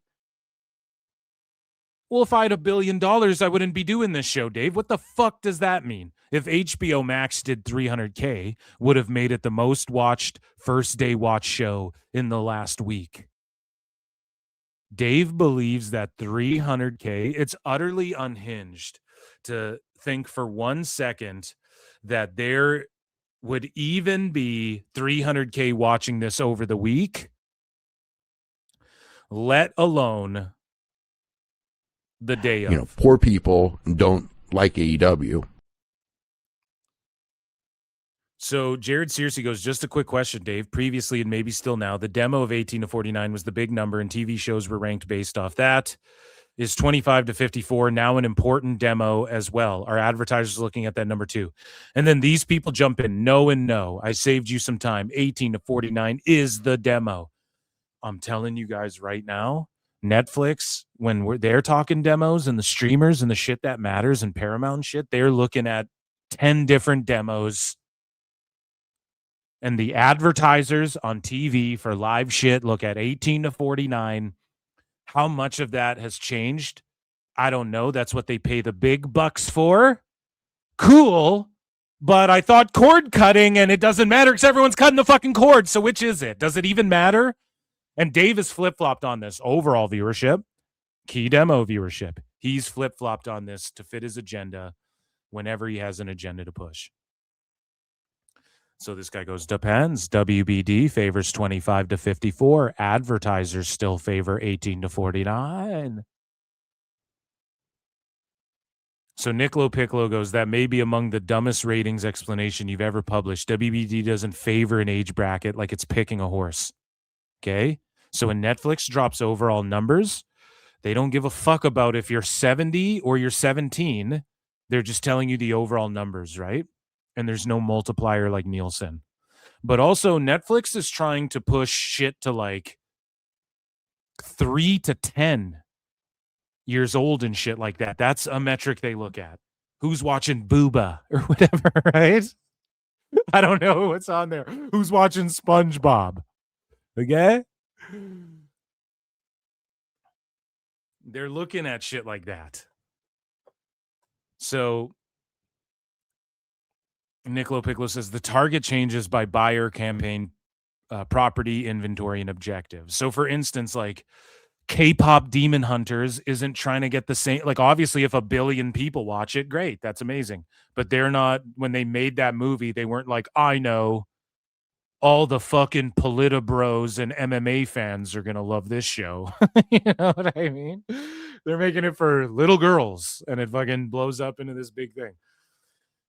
WBD's own corporate releases destroy this argument. WBD has promoted TBS as the top cable entertainment network among adults 25 to 54 while promoting TNT as the top cable entertainment network among adults 18 to 49 in the same release. WBD is also ranked TNT. So when Dave goes, WBD prefers this, no, they prefer that when it comes to TNT. Or no, sorry, when it comes to TBS, when it comes to TNT, they brag about the 18 to 49. Now, if both of these blow up in the 18 to 49 and 25 to 54, they're going to tout them both, obviously. But it seems as though when they go, damn, we're one of the top cable things for 18 to 49. So how do we really expand that and hone in on that, maximize that, expand, maybe get some more 25 to 54 for sure.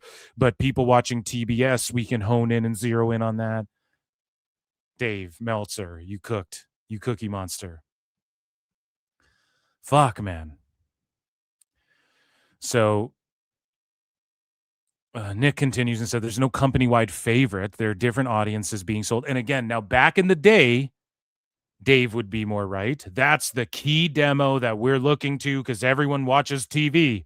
But there's cord cutting and there's streaming and there's YouTube and there's social media and there's illegal streaming, nordvpn.com/pro wrestle times. There's fucking, not that there's anything illegal with VPNs. I'm just promoting a VPN, right? And, you know, you go watch whatever you want to watch.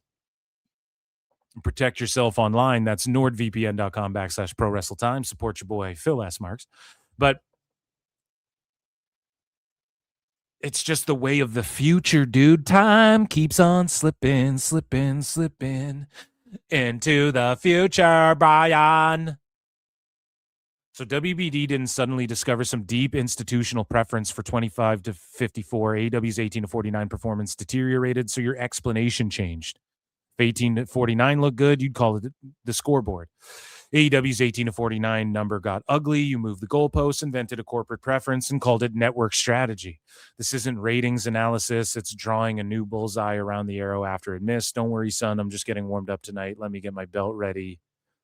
And then Disco goes, Dave doesn't, I don't have a good Disco. You think I'd have figured it out by now. Kermit the Frog here. Dave doesn't really know much about anything. Just a terrible fucking Disco, okay? It is what it is. I'm trying to play my Meltzer Inferno here. The best guys, Tony Khan. Okay. Here it is, Meltzer baby, Inferno. learn Meltzer Inferno. And Disco's always bringing up, he's like, social media impressions is what matters the most and shit. And it's like, true. No, not impressions. He doesn't say impressions. He's like, nobody ever talks about YouTube and stuff like that, which is absolutely true. You need to talk about YouTube and social media and palatable metrics. So I just screen capped it and went, Dave is becoming more unhinged. Like if HBO Max did 300K, like, come on, man. It's just absolutely nutty, buddy. And so somebody goes, source? Question mark. And then Dave goes, his source is crying over reality. Meanwhile, Dave doesn't understand reality. He doesn't exist in reality. And I just followed up and said, insinuating 300K on Max is somehow based in reality is legitimately psychotic. Right? And so we move along here. And this is the type of work that AEW does. Here's their coverage of the Queen of the Ring. And they never corrected this. Okay? And this guy goes, let's fuck up some commas. Commas matter. Comma lives matter, dude. And we've covered here. Last show, I went psychotic. Your boy Phil went psychotic, pointing out how poorly Dave does commas and punctuation and all of these things. And look at this shit. They post this. Now, Dave didn't write this, and Dave doesn't operate the Twitter. However, we take a look here, and they go, AEW files lawsuit against Queen of the Ring producers over $1.5 million, which is not, it's 105,000. And this doesn't even mean 0.5 because they're missing a zero. They're missing a fucking... I'm surprised this doesn't have like 80 billion retweets and fucking likes and responses under going, dude, you fucking stink. But like nobody knows how to use commas there. It's just copy and paste slop, zero editing, zero filter. The buck stops with nobody. It should stop with Dave, or somebody should just take the time to make sure they're doing good work. But again, they botch. So 1.5 million, 1 point, not even a real number, 100,000 million in alleged unpaid fees. And they didn't correct it. You'd think somebody would see this and go, oh, we should move the comma. But what Dave's doing is he's dog whistling and signal boosting. Stupid idiot. Signal boosting's not the right idea. He's dog whistling. What's the word I'm looking for? Maybe that's not the right idea, but he knows that people will read this and then go 1.5 million. Because they're dyslexic like me and don't, you know what I'm saying? And he knows what, or whoever's running this, the Observer in general. And we pointed out before, they go, should pro wrestling stop using stupid weapons? No, bro, AEW should. There's no fishbowl drownings and drills to the head in WWE shows. That's an AEW thing. So the headline should read, should AEW stop using dumbass fucking weapons? Right? And so they fuck up here. Now we go and we look at the Observer site, and it is the glitchiest site. Now, the lady who wrote this, I'm not sure if you guys can see it. will go to the Observer website, which is so glitchy. All the pop-ups, sign up, pay for this, disable your ad blocker. Fuck you. But it was written by Roseanne Raphael, who's a pink-haired woke feminist. No, I'm Dave is joking. so I don't bad. ever do Dave is the devil. I don't ever go that road, but she is a pink hair. If there's people online who would see her and go, that's a woke feminist, delete her, cancel her, you know what I'm saying? But they get it right in the actual 105,000. But at what point do comma lives start mattering? You know what I'm saying? At what point do we start taking our commas and our periods and shit serious? And so I wrote, holy fuck, the Observer botched again. There's zero editing over there. Nobody knows how to use commas and periods and colons.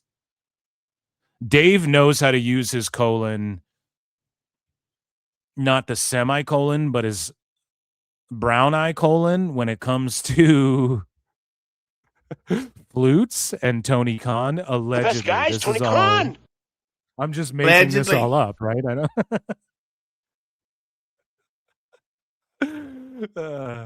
But yeah, they just don't give a fuck. Like, there's just zero editing, and it's just unfiltered, unbridled cope. And so here Dave and Bry, I think Dave is in. Yes, Dave is with Bry, and his hair's just giving up. Whoa, dude, his hair's giving up. Emotional damage. That shit is like his brain cells. They're just, it's a sinking ship. Overboard, mateys. They're just jumping off the Titanic, dude, barely holding on. Hold on when you feel like letting go. Dave Meltzer's hair. Holy shit, man. This stress of like this constant shilling is just aging him rapidly, bro. He's deteriorating, right? He looks like Tales of the Crypt Keeper, buddy. So they're talking about what to do with Hangman going forward. Obviously, he's just going to be like quickly put into a match with MJF quickly with zero thought behind it. Hangman returned with less than 24 hours notice. Unbelievable. Head-to-head with Conor McGregor, the World Cup, AAA. I was shocked when I saw that he was coming back. I mean, oh man, his hair's gone, dude. Oh my god. Oh shit, man. It's just, they're just jumping. The hair follicles, they're going because of the stress of having to shill this bullshit, dude. Constantly and just lie to everybody. It's just not good for your soul to like be shitty to people and just fucking lie like this through your teeth constantly, man. Right? Let's continue. And I'm not even sure. It was like, I think he did a nice promo in a sense of, I guess, he's got a pinched nerve in his neck. I mean, he did a nice promo in the sense of he's got a pinched nerve in his neck. And again, just another example of someone in AEW over the last 7 years, their neck's fucked. They're a glorified part-timer. They are forced to retire, whatever. Everybody in 7 short years, AEW's accomplished a lot. They've also retired multiple wrestlers, Keith Lee, Adam Cole, Adam Page is a part-timer. Omega's cooked and is a part-timer.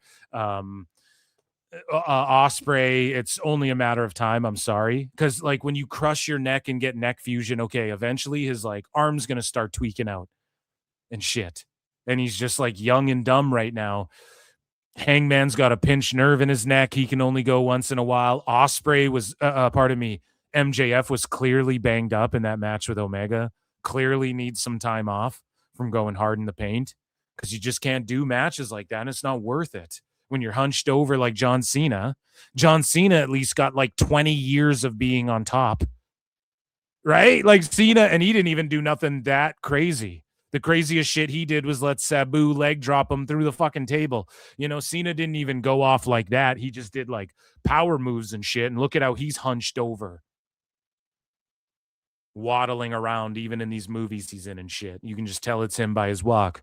Well, you can't tell by the way I use my walk. So that's fairly serious stuff. And he's talked about that and talked about rehab and everything like that. Really pushed that he's living up to the stip, which people booed. And but yeah, like you really pushed that he's living up to the stip, Bryan. Then people booed it. Yeah, because it's a dumb stip. They shouldn't have done it. They're in Virginia. And we have people like Omega, 7 years deep, and Omega's got his last title run ever. Hangman can never challenge again. All these people are getting ready to call it quits. Not far from where, he said he lives in Greensboro now. They were in Roanoke.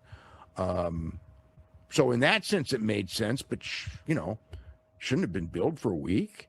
If you know what I mean? And yeah, probably not that. Tone's a shitty promoter. He's a bad booker. So you're criticizing the booking and the promoting. But you'll call it booking of the year because, it's like Triple H did a kayfabe injury angle, so that cannot be booker of the year. At night either, that's. The only thing that makes sense is because the MGF match was moved up. I presume they must want him to do something on the pay-per-view, and mathematically, they just figured he had to come back on Collision. And why is shit being moved up? Because people are hurt and shit, man. So Phil Marks, Eric Bischoff, Jim Cornette, everybody's right. We've all been right. This isn't the way to do things. And people go, oh, come on now, Phil. That's not very fair. Fucking Kenny Omega fell apart because of Japan. Okay, well, they just do Japan shit in AEW. I'm the GOAT. Why? I don't know why they couldn't have announced it on Wednesday, because nothing changed between Wednesday and Saturday. As far as they knew on Wednesday the match was taking place. Just Tone's a shit booker. Just say he's the shits. And he just books who's around. So Dave just said it. Guevara just said it too. The last time I was used, I was in town, and I don't know when I'm going to be used again. But the last time I was, it's because I was in town and they needed people. That's how Tone books, assholes. There's no long-term plans. There's no fucking long-term booking. There's no fucking thought behind anything. It's just who's there, who shows up to all these fucking shows. So he tells everybody, hey, you're going to be needed backstage. There's 100 people running around. And then he just stuffs a bunch of matches on the card because he's like, I told 100 people to be here. And yes, it's 100 people. You don't believe me, bitch. Watch my video called 10 Minutes of Tony Khan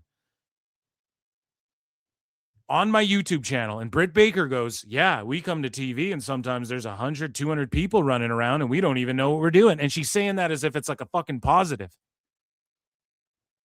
Do you think it's any different? So it's just who's around town can show up, and then he books and figures it out from there.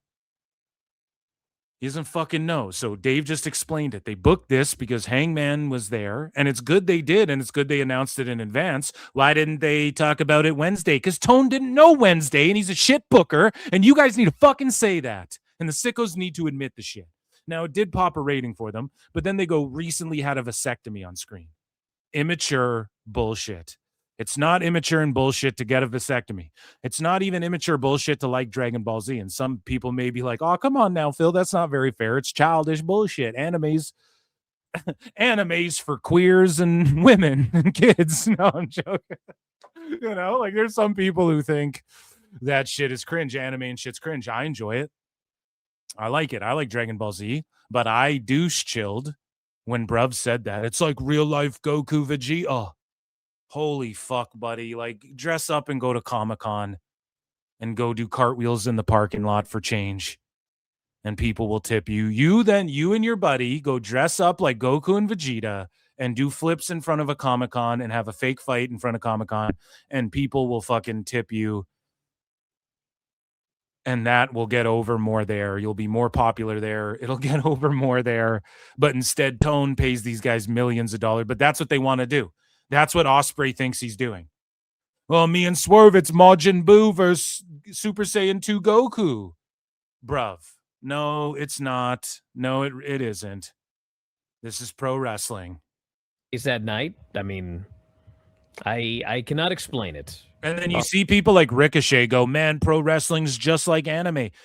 Yeah, do you know what anime is known for? Like all the best anime, having like 100 filler episodes where they just really develop and flesh out some of the best episodes. For instance, you want to take Dragon Ball Z. So like when Goku goes and gets his driver's license, that's a fucking awesome, iconic episode. And it's a filler episode. They would cut that out of like the recut Dragon Ball Kai or whatever. They'll cut that shit out because it really doesn't add anything, but it does. It shows you the dynamic between Piccolo and Goku, and it fleshes out their character more, and it just shows people the way you flesh out a character isn't by introducing new tidbits. It's by being like, okay, this person's like petty. So then you see their pettiness on display throughout the season of the show. There's 22 episodes in a show, in a season or whatever the fuck, 56 of a season. So you're going to see pettiness on display that doesn't have any greater effect, but it still shows you this character type, motherfuckers. And so when guys like Ricochet are like, yeah, it's just like anime. Yeah, bitch, the story is when Goku's charging up a spirit bomb for 12 episodes. That's the drama, bro. It's not spirit bomb, Gallic gun, spirit. Now there's some fights like that for sure. But that's because anime's booked themselves in a corner where you got to be like, okay, he can just jump to Super Saiyan 3 or whatever the fuck. He just jumps to Super Saiyan 4 or Super Saiyan Instinct or whatever the fuck because like we've established, you've already seen like this guy's fighting so powerful that a Super Saiyan 1 just doesn't do anything against this guy. Like, yes, they'll jump through that. That's an anime problem. Again, just like pro wrestling has pro wrestling problems. But ultimately, it's like, I need to recharge my energy. Goku, if you can hold him off for the next 3 episodes, I can regenerate my arm and hit him with a special beam cannon. You know, that's the fucking drama of the battle with Raditz or whatever. It has nothing to fucking do with like just move. Okay, so even these AEW guys going Dragon Ball in anime is like, ugh. Bitch, there is 3,000 episodes of Naruto or whatever the fuck, you know, like it's just completely, you're not even right on your analogy. It's just about the moves. That's what Ospreay thinks. And it's cringe, bro. It's middle schooler shit. It happened. Yeah, I can't either. You know, I thought that his return was going to be costing MJF the championship. God damn it. You got me going off about anime and Dragon Ball lore now and Hangman. shit like this. So Dave Meltzer now, he starts defending Shad Khan with the fucking Trump stuff, I believe. So, or no, this isn't, this has more to do with the Impact stuff, which we'll circle back to that. And I forgot, I knew that there was more, but I accidentally skipped over it. We'll just come back to it after. So Dave Meltzer, in his unbridled fucking glaze of AEW, gets into another fight with Bryan Alvarez about this last Dynamite. Now, I have multiple clips taken from this, so some of them expand a little more than others. If anything gets rehashed, I'll skim through it. Otherwise, I need to go through all of this. We're going to start with this flat out 6-minute long video. Shout out at lifer_oner, Jason G from the SAT. Shout him out. And he just posted this 6-minute long clip. We're going to listen to this, and then I'm going to go through these other clips to see if anything got left out or if Meltzer said what the GOAT clipped anything that I may have looked over. But this is fucking The best hilarious. guys, Tony Khan. And Bryan is ready to punch Dave in the face. He's ready to get a divorce.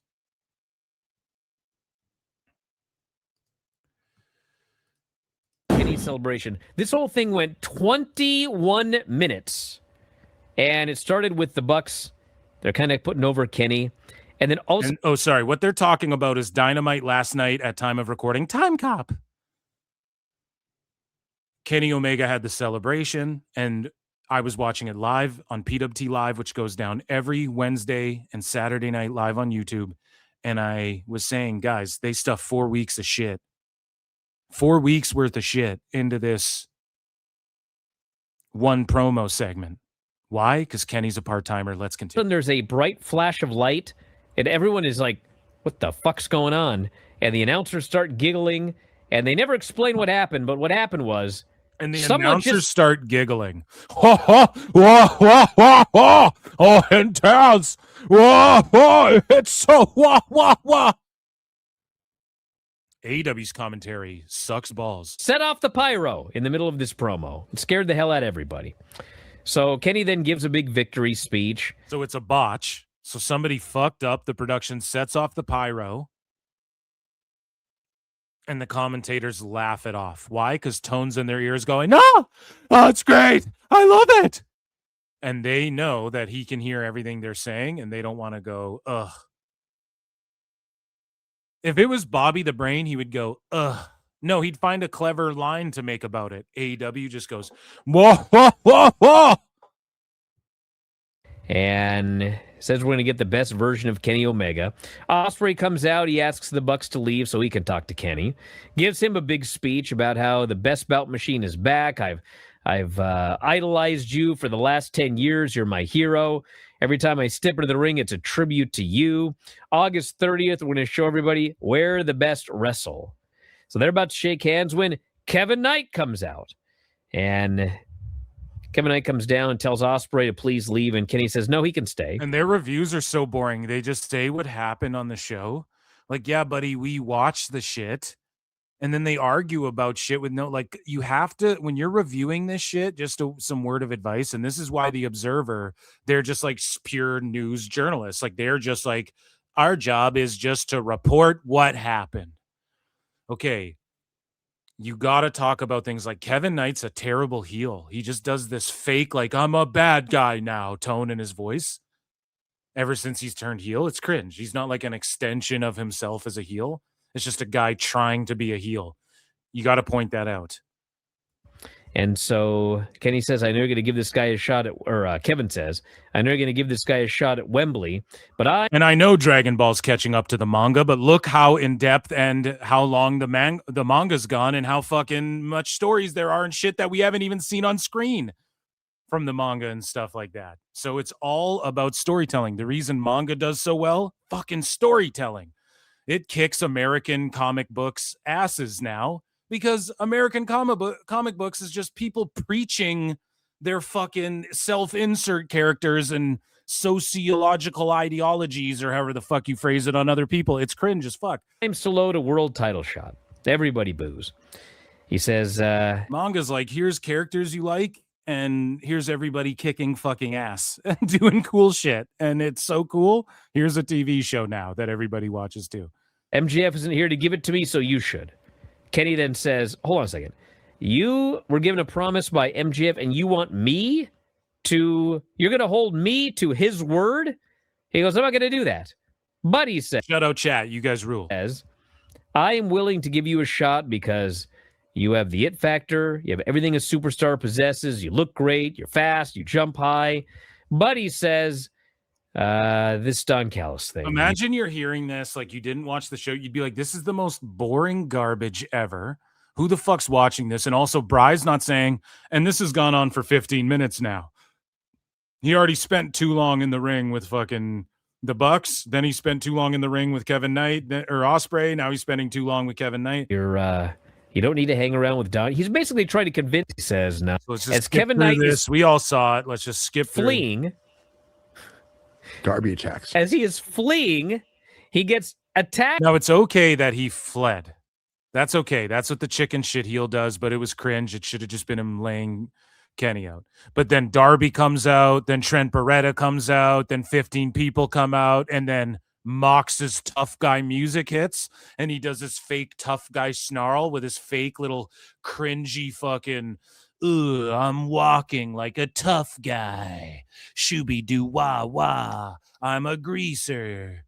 Right?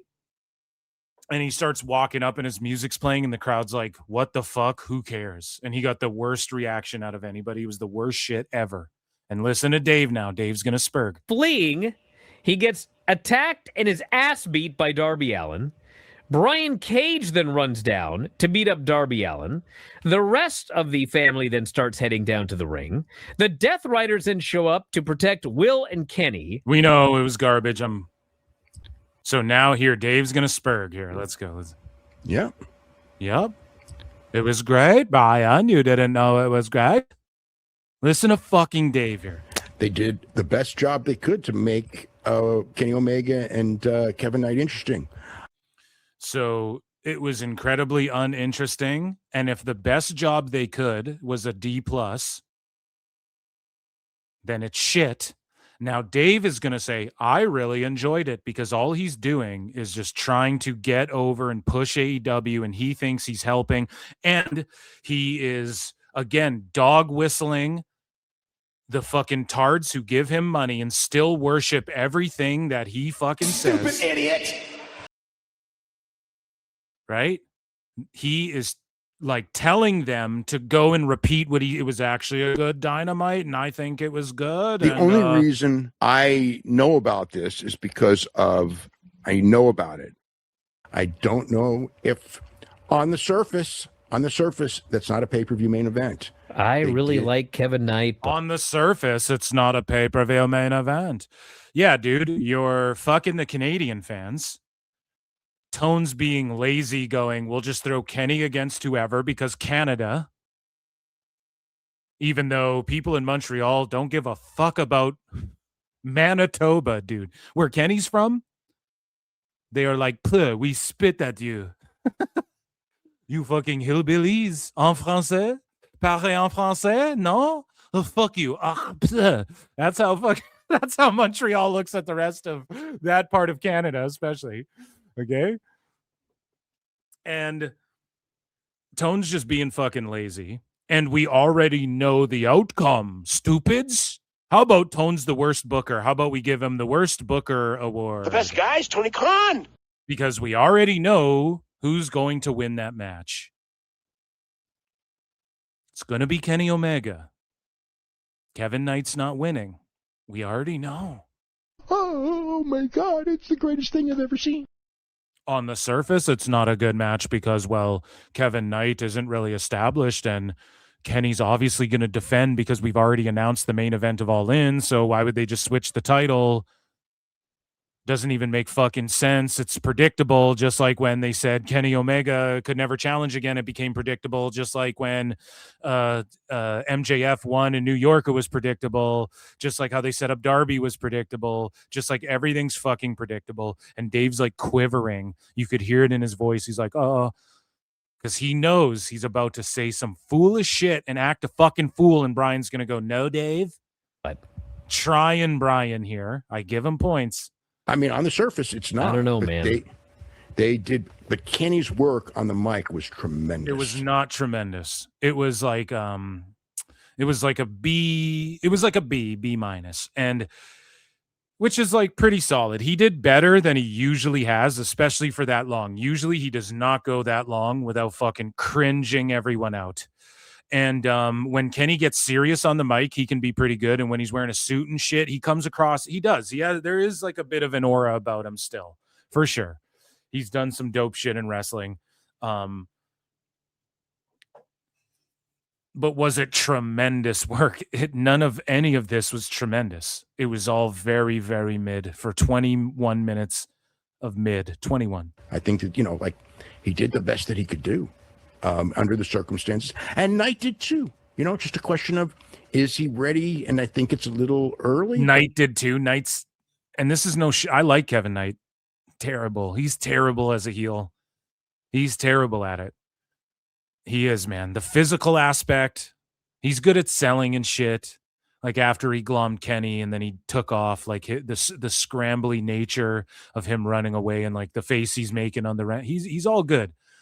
Just not a good heel. He needs like NXT to really like take that shit to the next level, in my opinion. But oh, and Dave just goes, I don't know. None of it matters. Remember last week? Nothing matters, Brian.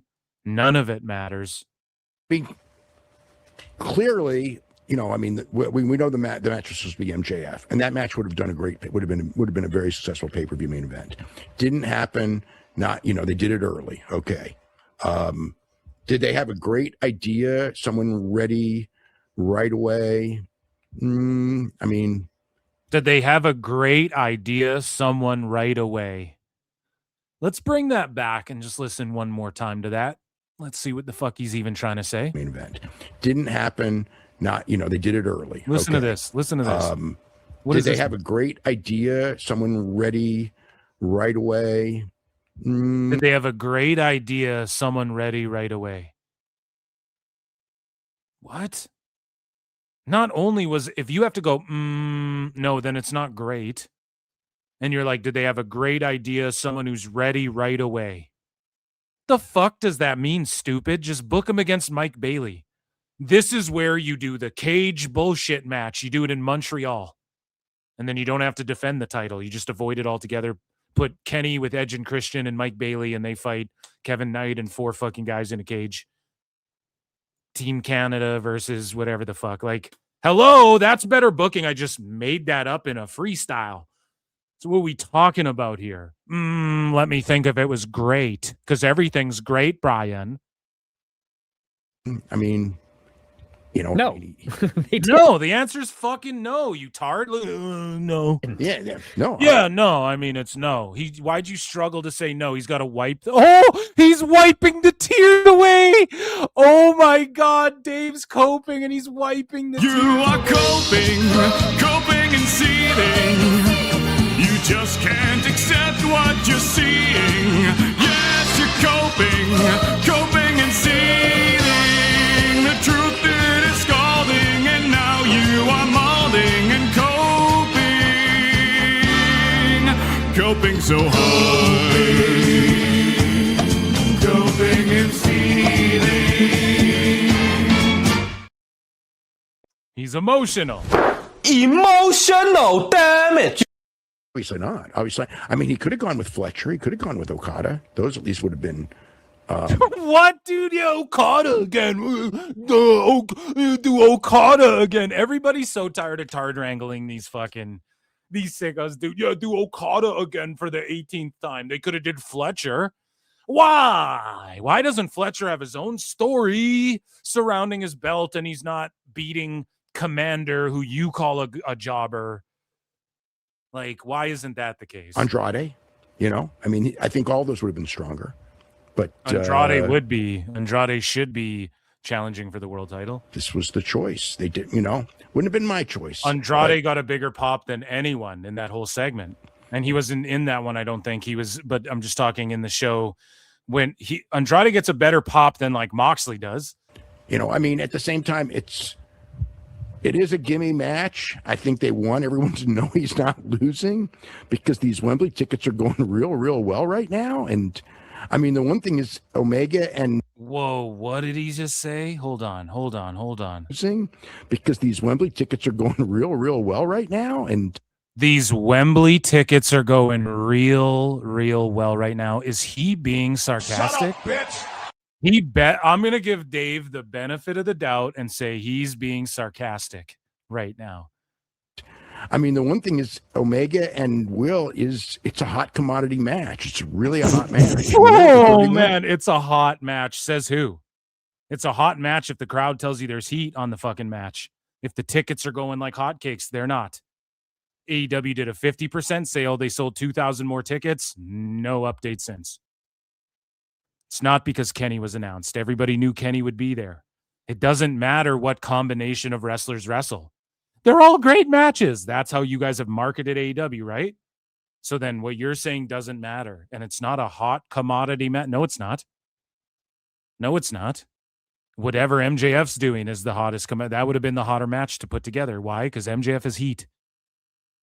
The crowd's behind Kenny. Ospreay's a dud. He has no heat. He has no momentum. The crowd just cheers him because they're like, ugh. He's got a cool theme. I'll give him that. Now, I mean, they've I love the idea that we've switched the title. We've hot potatoed the title for the first time in AEW history over the last 6 months. Hot potato. And now he's worried. We got to make sure people know what the main event is for Wembley. Dave's brain is mashed bananas. Well, obviously they want to sell tickets for Wembley. Actually, that makes all the sense. Well, in you know, the other thing you could do Dave, is shut up. not have him defend the title. I mean, there's other things that he could do. There's a pay-per-view. I mean, he should have defended. We just had a pay-per-view where the title wasn't defended. They should have did the cage clusterfuck in Quebec. Cage clusterfuck in Quebec. Cage clusterfuck in Quebec. Say that 5 times. Champion didn't defend the title. Yeah, I know. And guess what? It didn't do as well as the other. Well, there were a lot. Conor didn't do as well, even though I tried to lie and say they did as well.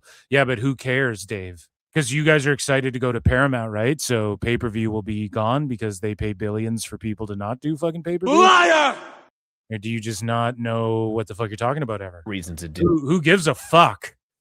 Because you're still saying they did 140,000 buys or whatever. So who gives a fuck? So Kevin Knight versus Omega for the title is going to draw more than MJF and 12 dudes in a cage? Are you sure about that? Dave just makes up invisible lies. Well, when they do a title match, there's more. He just won't go, well, the Google trends are low. Redemption Google trends will be lower than Forbidden Doors. Mark my fucking words.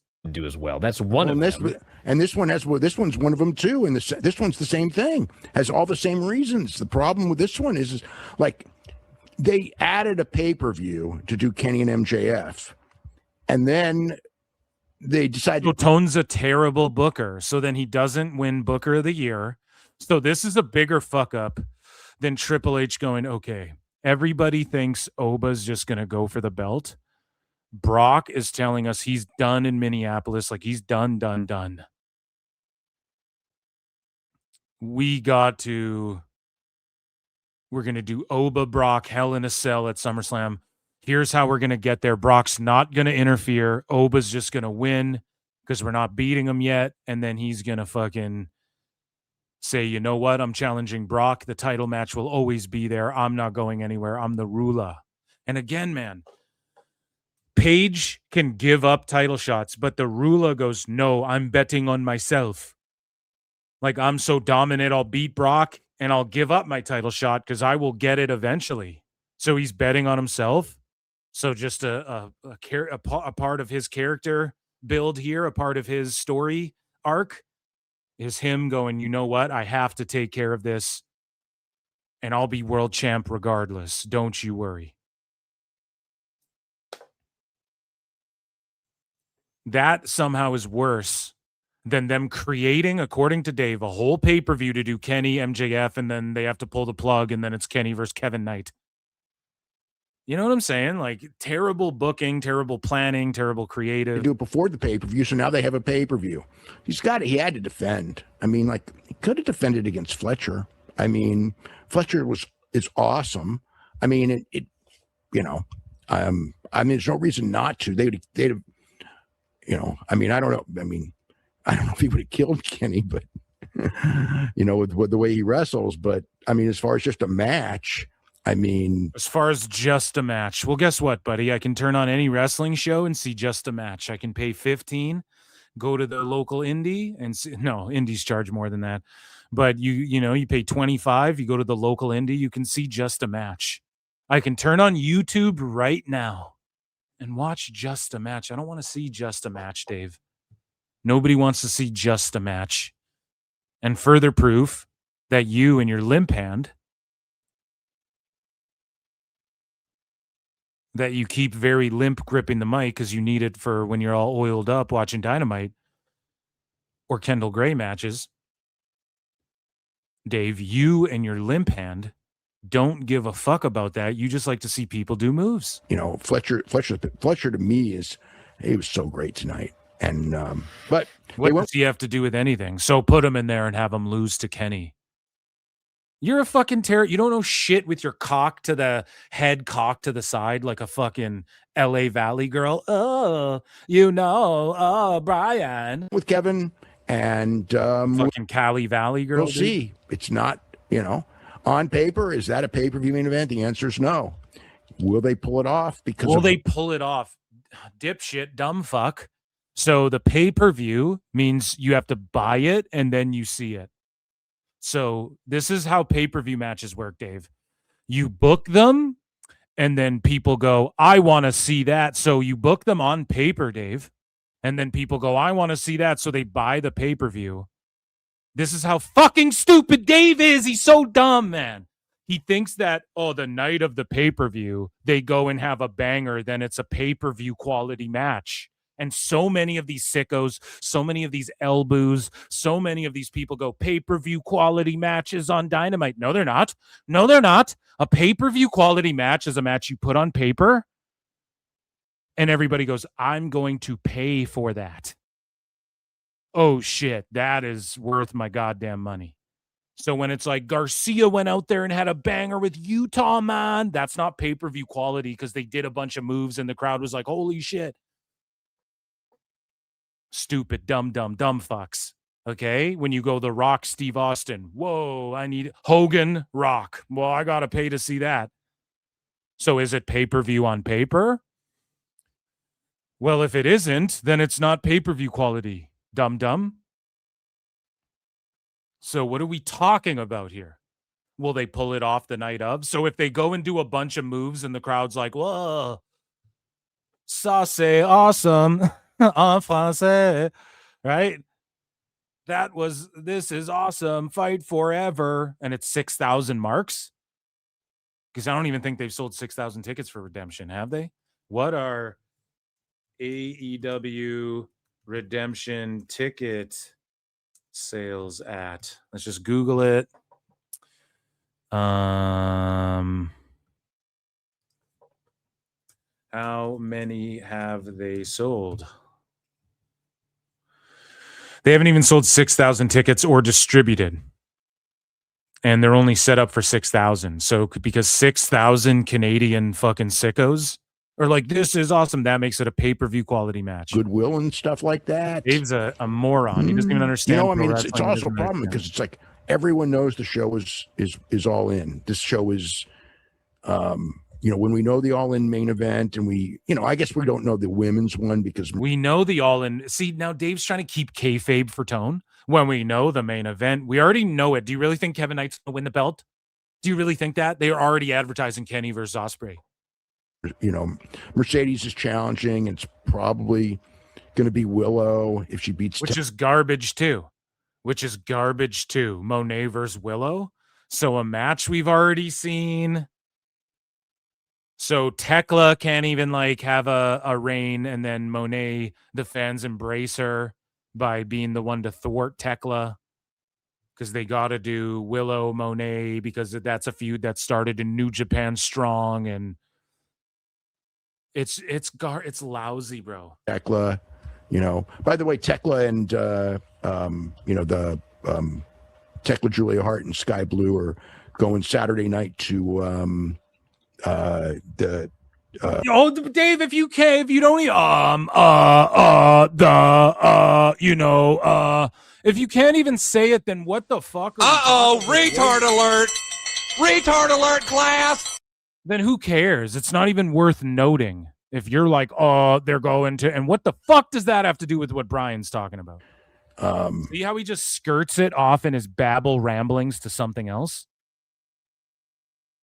Because he can't just address that this ain't shit. He can't just go, yeah, this ain't shit. I don't know what they're thinking. Let's talk about Stardom now, Bri. Okay, Dave. Everyone knows the show is all in. This show is, when we know everyone knows the show is all in. This show is, when we know the all in. The fuck are you talking about? All in. Listen to this event, and I guess we don't know the women's one because Mercedes is challenging. It's probably going to be Willow if she beats Tekla. By the way, Tekla and it's probably going to be Willow if Willow beats Tekla. Oh, you don't say. Great analysis there, Unk. What the fuck, man? People pay this guy. By the way, Tekla and it's not like his writing's better. His writing is 100 commas, 17 sentence paragraphs, no punctuation, starting sentences, and then fucking starting complete new ones after not erasing what he was already writing. By the way, Tekla and Tekla Julia Hart and Sky Blue are going Saturday night to the challenge for the trios championship with Stardom, and Julia is staying there because she's going to be in the 5-star Grand Prix. So, and then Willow, I think the same night is in for Tokyo Joshi Pro. So they're both there, and then coming back and everything. But I think there's a good shot that Willow's winning over Tekla. What the fuck does any of that have to do with anything, man? Any celebration. This Dave is fucking cooked, man. He's straight dog shit. So here's Dave. We already heard this. He glazed Kenny Omega, saying he did tremendous work on the mic. So now here is Dave talking about, I loved the Dynamite, and Bry's like, I hated it, Dave. And then Dave goes, but WWE, Bryan, lock in. This is so good, dude. I hated that Dynamite. Maybe hated is this wrong word, Dynamite. No, the one last year, Dave. What do you think? Which one do you think he means? Maybe hated is the wrong word, but I loved it. Oh my God, are you kidding me? I loved it. I should just step out. I loved that show. Let Garrett do this. I loved that show. I loved it. Bro, this is what, Dave, don't you understand that the shit you love the most is flat out butt cheek booty ass and no one else like it? Where's the guy that has papers everywhere in this room? Show. I thought it was awesome. He was going to say, I thought it was one of the best Dynamites. I thought it was awesome. What part was awesome? The 21-minute talking segment? Or the jobber commander taking Fletcher to the limit? He doesn't believe this shit. He's a liar. That's why he's looking down. That's why his hair's jumping off his head. Okay. Possible. Why? What did they say about Hangman? Nothing. He was not mentioned on the show. He wasn't mentioned a single time. Okay, Bryan, because Tone doesn't know shit, and now this is dumb from Bryan. Why wasn't Hangman mentioned? Even if he was, would that have made it a better show, asshole? Or would that just have been a in-passing thing? Bryan could destroy Dave way better than he does. He just, gets caught. He gets hung up on stupid shit, too, all the time. Bryan does. Trying Bryan. I'm on the show. No, that was bad. I agree. We have 5 matches for the pay-per-view. I think we have the 6. main event is a match that the fans chanted no, no, no for. Okay, so that's good. That's an A+. Only 5 or 6 matches on this pay-per-view. Wowza. Amazing. Bravo, Tony Khan. That's what the rest of the world would be saying. Yeah, but they did a hell of a job. I mean, but they did a hell of a job. No, they didn't, Dave. And if your opinion, that's a hell of a job, and telling by your work ethic. Okay, so making things up, as we've chronicled here tonight on DMDMW, you make things up, you embellish the truth, you cram all of your work in quickly, so you get it done in one night. You just cram it all in. You don't take your time to edit. You don't take time to edit your website or the people who post your social media. There's zero quality control. It's complete garbage.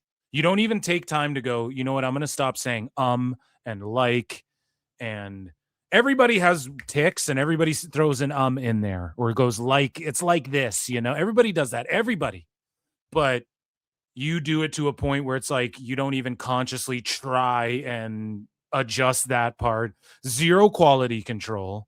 So what you think is great work and they did the best they can,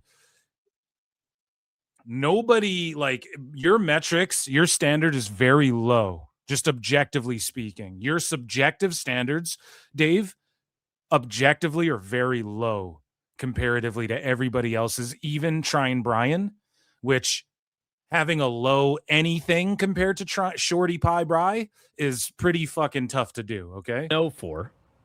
Yeah, but they did a hell of a job. I mean, no, I didn't. No, I didn't want that match, but by the time they were done. You did not want that. Oh, what a liar, bro. What a lie. I did not want that match, but by the time they were done, I went, poor people don't like AEW. I did want that match, Bryan. What a liar. I thought that was Kenny Omega's best mic work that he's ever done in the United States. I wouldn't say ever, but I would say in the United States, I thought he was tremendous. I actually do agree with that, but it's still subpar. Kenny's best mic work is like not as good as LA Knight versus Seth on Raw, and even that was boring. For all the sickos, you're just an E-drone E-shill. No, that got boring and mundane, and I'm not a big fan of Seth talking. Seth's like light years ahead of Omega, and Seth's cringe as fuck. So do you get it, Dave? So just because it's Kenny and you love Kenny doesn't mean it's better than everything else in the whole fucking world. I thought Will was tremendous. Will's cringe and whack and shitty, and people don't connect with him, right? The fucking nerds in the crowd do. Yep, you've whittled down your audience. They connect. He is cringy, bro. Osprey's like full blown. He's like a middle schooler, has an adult body and $1 million, and just like, I was banging a girl, bruv. I get laid, bruv. Can you believe it, bruv? It's just like cringy. Okay, what are you in high school? What are you going to tell the story about the time you caught the fucking touchdown next? Or are you going to talk about cartoons you like to watch Saturday mornings? Like, it's super cringy, man. I thought Kevin Knight was tremendous. They thought they did the best they could. He got beat up by Darby immediately after the fans chanted, no, no, no. I know, but the mic work was awesome. So even their fans were like, this is garbage. But the mic work was awesome. You're coping. Kevin Knight's mic work is terrible. Way better as a babyface, way better. As a heel, there's no one coaching him how to be a heel. He's just in a heel faction. And the only people there are like Moxley, who doesn't know how to book a fucking heel. He's the worst booked heel maybe ever in the history of fucking pro wrestling.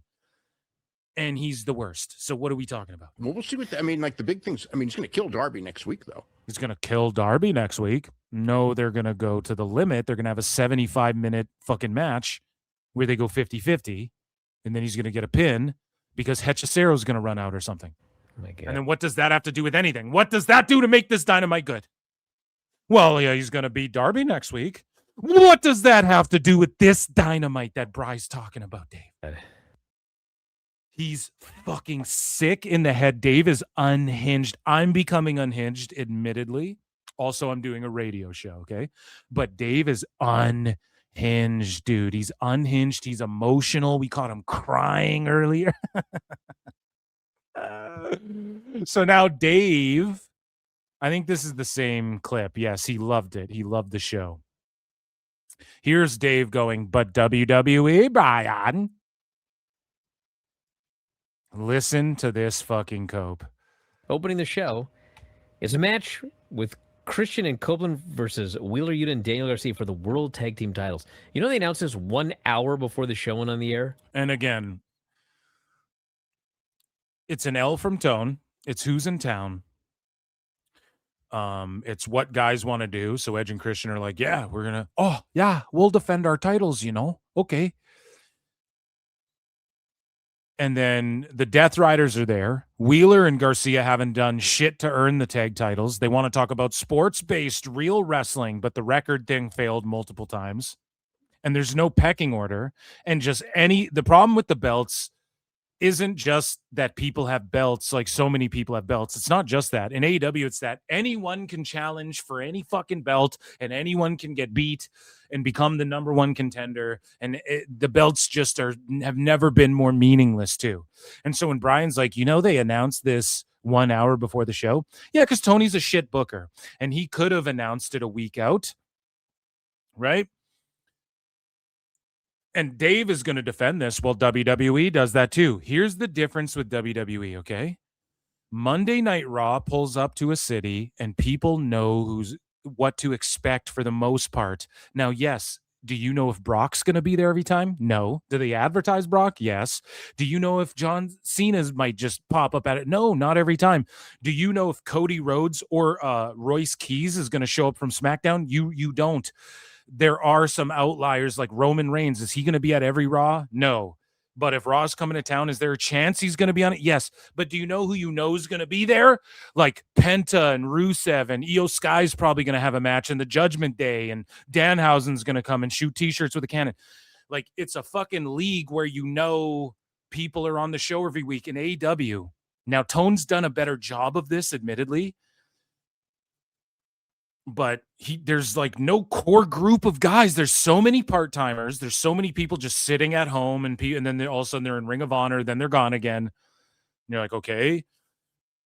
There's so many people in the company, and you don't routinely even see Yuta and Garcia on Dynamite unless they're standing in the background of a Mox promo. A lot of the time, they just do random shit on other shows. So the problem with Tone doing this is that if you go, hey, the Intercontinental titles being defended tonight, Penta, whatever, okay, WWE's like a league and Penta's on Raw, and I fucking know that Penta's going to be at Raw and he's going to have his title there, so why not? You don't know how often Edge and Christian will even be on TV. They both just disappear for months at a time, right? You don't even know. I don't even think Tone knows till the week of. Edge and Christian, can you come to TV? That's what he's doing. Well, Yuta and Garcia are here. Okay, you guys get in there. That's why there's no build up to a tag title match. And they're using Edge and Christian and their tag titles they're the background characters in setting up the Dogs versus the Bang Bang Gang. That's Tone's brilliant fucking booking. Put all these people in prison for how bad this fucking show is. The best guys, Tony Khan. So Edge and Christian are the backup dancers for the Dogs and Bang Bang Gang, or whatever the fuck is going on. Tone has no plan for them. So Bry gets hung up on this. Oh, well, they announced it an hour before. Yes, that's a giant L, but you can't even get hung up on that all the time because obviously this is what's been going on for years, and everybody said it's bullshit how Tone does this.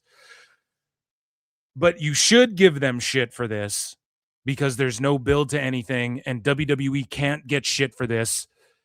The reason being because you know who the fuck Damian Priest and Truth are going to be on SmackDown, so if they defend the tag titles, no fucking shit because there was tag matches last week and blah, blah, blah. Like, Trick Williams is going to be there. He might defend his fucking title.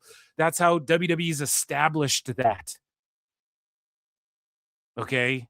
AEW establishes nothing. They do the opposite. The only thing they have established is that Tone does last-minute booking, so who cares, whatever.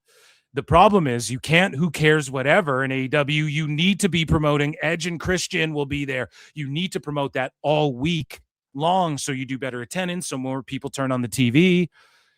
Edge and Christian and Kenny and, other shit that they announced last minute that Brian's got his panties in a bunch about. So it doesn't matter what WWE does because it's apples to oranges. And Dave does this all the time. He goes, well, it's apples to oranges. But they are beating Raw. No, dude. WWE does this because it's not the same thing. WWE is a sports-based, sports entertainment program. It's way more sports-based. Just go watch the NFL, go watch an NBA game, look at the way it's presented, and then compare that to WWE, then compare that to AEW, and tell me which one is more sports-based. Okay? It's just not the same thing. No. An hour. Well, WWE just said too. Dave, it's a tag team title match, dude.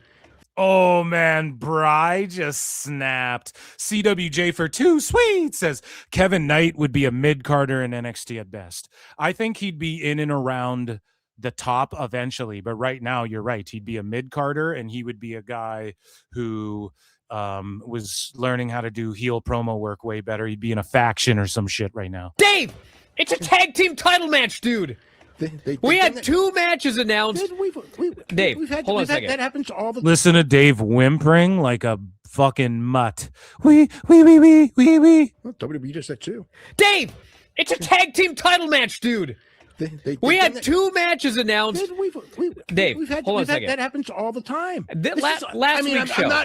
I'm not saying they shouldn't have announced it. Of course, it sounds like. Then what are you saying? Yeah, I'm not saying they shouldn't have, but they should have. Well, then why did you say but WWE? Then why did you even say that, Dave? Because you're coping and you're fucking seething. You are coping and seething. You just can't accept what we had to run seeing. it again. Yes, you're coping and seething.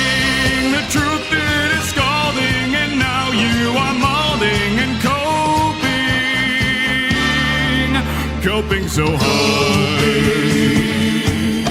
coping and seething.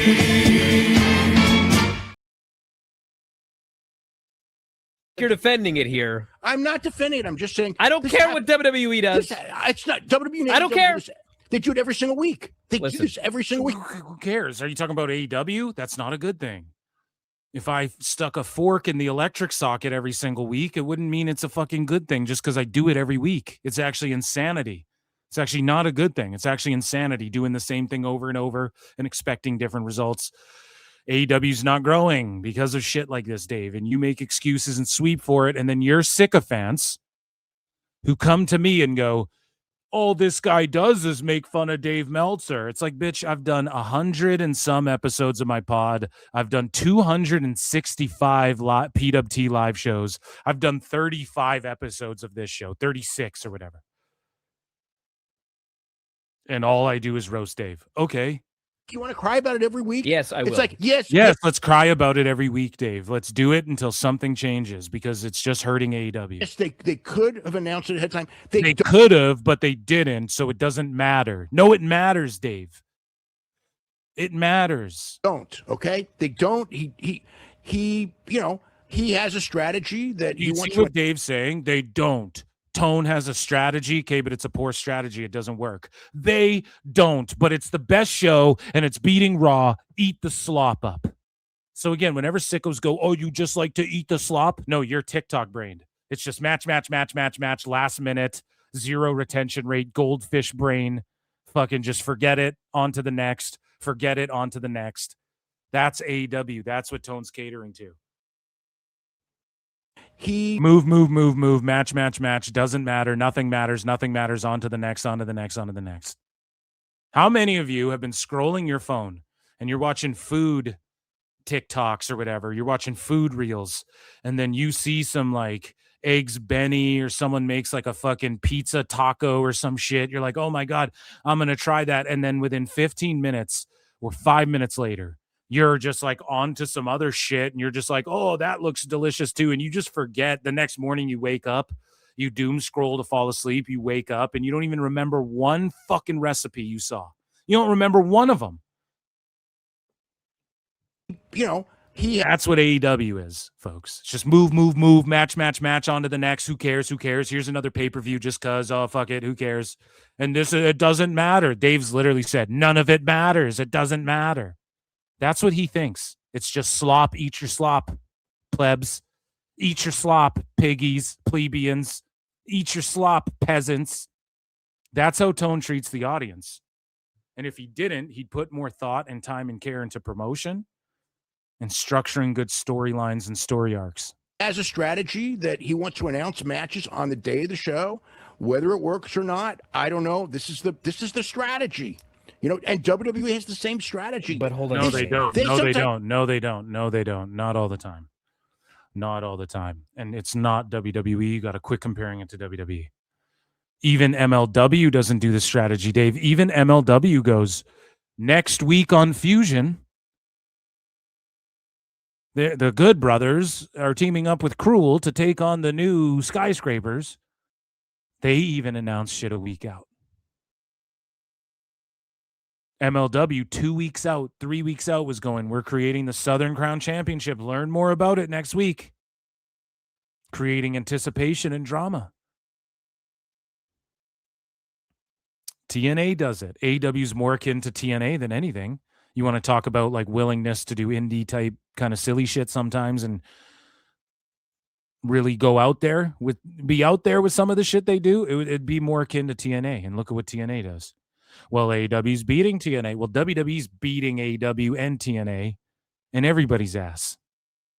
Not in America. Like, what would Dave's debate be?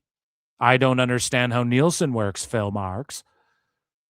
Or Netflix. Like, so I'm right and you're wrong. Like, what would he say? Strategy. But hold on a second. They sometimes announce title matches after the show started in both companies. Can I ask you a question? Well, what? Did you know before the show last week that show was going to do a great number? They sometimes announce title matches after the show, whatever. Yeah, but Dave, here's the difference.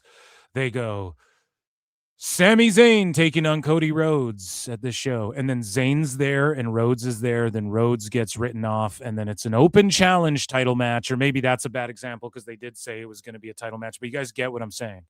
Like, let's just take any belt. You know that Trick Williams is going to be there. And you know that Carmelo Hayes is likely going to be there. So if during the show, Trick Williams goes, and dog, I'm going to put my title on the line. Whoop that Trick. Whoop that Trick. Motherfucker, it's not like a shock. But with Edge and Christian, you don't know even if they're going to be at every pay-per-view, buddy. I don't even think we know if they're going to be in Canada at Redemption. I'm assuming they are. I don't even think we know. Have they announced? Maybe they've announced something, and I don't recall. I can't remember all the matches right now, but Oh yeah. Because I did. Because of the main event and no Title competition. match, right? The main event and no competition, and the Fletcher match too. Yep. Yeah. And no World Cup, right? No World Cup. That was, Okay. which is why they did So that. if you were in charge and you knew that show was going to do a great number, Yes. would you not have built up a card for the following week's Dynamite? or just said Edge, fuck a card. Just go Cage and Cope, Edge and Christian are going to be there. They could very well defend those tag titles. I'm going to meet with them this week and see if they're primed and ready. This could be one of Tone's 1-minute Instagram lives. You could do it earlier in the week. I just got home off the phone with Cage and Cope. They will be there next week and I will fucking blah, blah, blah. There's zero thought or effort. It's just take the matches, piggies. Eat your slop up, oinkers. That's what it is, man. It's going to come to light. Even Bry's got to admit it. He's losing his mind because he's given Dave so much leeway. 100%. Or would you not have mentioned that Hangman Page was appearing on Collision on Saturday? Well, the Page thing ended up doing the number, so I can't criticize him now. I mean, The show did a good number, but like, had they advertised him? I wish that they had they advertised him for this. But you can't answer the question like Dave. He's asking you, would you have done that? And you just go, well, I can't blame them now. Okay, but would they have done a better number if they did? Hypothetically, you want to go if there was 300K watching on, so you can't just answer this hypothetical show, perhaps. Had they advertised last week that the World Tag Team titles were going to be on the line on this show? No. They had one match announced last week, which was Andrade and Doyle. That's the only match that they had announced last week on Dynamite. Yes, they should have announced more. What a fucking schlub, man. Dave is such a schlub. So I don't know if this is extended. They all of a sudden, see, for the world. Sounds like you're defending it here. I'm not defending it. I'm just saying. I don't care what WWE does. It's not WWE. I don't care. They do it every single week. They do this every single week. You want after the show started in both companies. Can I ask you a question? Well, was going to do a great number. I can't criticize him now. Last week that the World Tag Team titles were going to be on the line on this show? No. They had one match announced last week, which was Andrade and Doyle. Yes, they should have announced more. They should have, especially because they had, I mean, like the match. Oh my God. I'm so glad that I listened to the end of this clip because Meltzer said what has a little bit more. Listen to the ending. They should have had, especially because the matches. Oh my God. Match announced last week, which was Andrade and Doyle. That's the only match that they listen to this. This is gold. They had announced last week on Dynamite. Yes, they should have announced more. They should have, especially because they had, I mean, like the match that they did. His brain is melting. The only reason I know about this is because of holy shit, man, that's crazy. Well, but they should have, especially because the matches they had, Brian. What a fucking dummy, dude. He's unhinged. Okay, now we have a couple of WWE clips to get into here. But first, I want to finish up these Impact clips here that I fucking accidentally went over. And we have a Dave Meltzer throwback clip. So let's get into these. So Here's the Spike TV story. Dave Meltzer pushed to smear Vince Russo. Dave Meltzer has spent decades pushing anti-Russo narratives. He never apologized or issued a correction. Dave is a stupid dirt sheet mark. He's a fucking liar. Also, Russo was like, bro, let me tell you today, I, hand to God, bro, I blocked Dave Meltzer, bro. That's what he said today on Twitter. He blocked Dave. He's like, I can't handle it anymore. And so here's an excerpt from the WCW Nitro book. And I think there were executives who gave quotes and spoke on this, former Spike TV executives. And this is from Beyond Nitro, Guy Evans's book. And they had this to say, that they canceled Impact because of money issues or whatever the fuck. Despite the conjecture proposing that Russo... And this is an excerpt. This is from the audiobook version of Beyond Nitro, but these are quotes from Spike TV executives at the time. I believe, actually, let's read this. According to Spike TV's own executives, why they canceled TNA. Let's take a listen. Secret TNA involvement had been a proverbial last straw relative to the company's working relationship with Spike. The matter did not, as a matter of fact, influence the decision. Everybody go and get Beyond Nitro, Guy Evans's book. Shout out whoever's narrating this. It could be, I don't know. In the least bit. In the final analysis, states Kevin Kay, the decision was informed by the age-old issues, quote, ratings and money. It had reached a point where the ratings were just not improving. Ratings and money, he says. And after being in business for a bunch of years, the license fee, while not anywhere near the WWE or the UFC, was cost prohibitive. At some point, we ran the math and it was like, the ratings don't match the price. We ran the math. If that's Dave saying that, I laugh. If that's the executives, which I believe it is, amazing. Furthermore, we still didn't have any kind of robust advertising revenue. I just don't ever like hearing Dave talk about math because he fuddy-duddies with the... It's not him. This is actually the Spike TV executive saying this. The salespeople didn't really feel like they could break that wall down about wrestling, so the deal was up, and we were like, sorry, unfortunately, we've had a good run.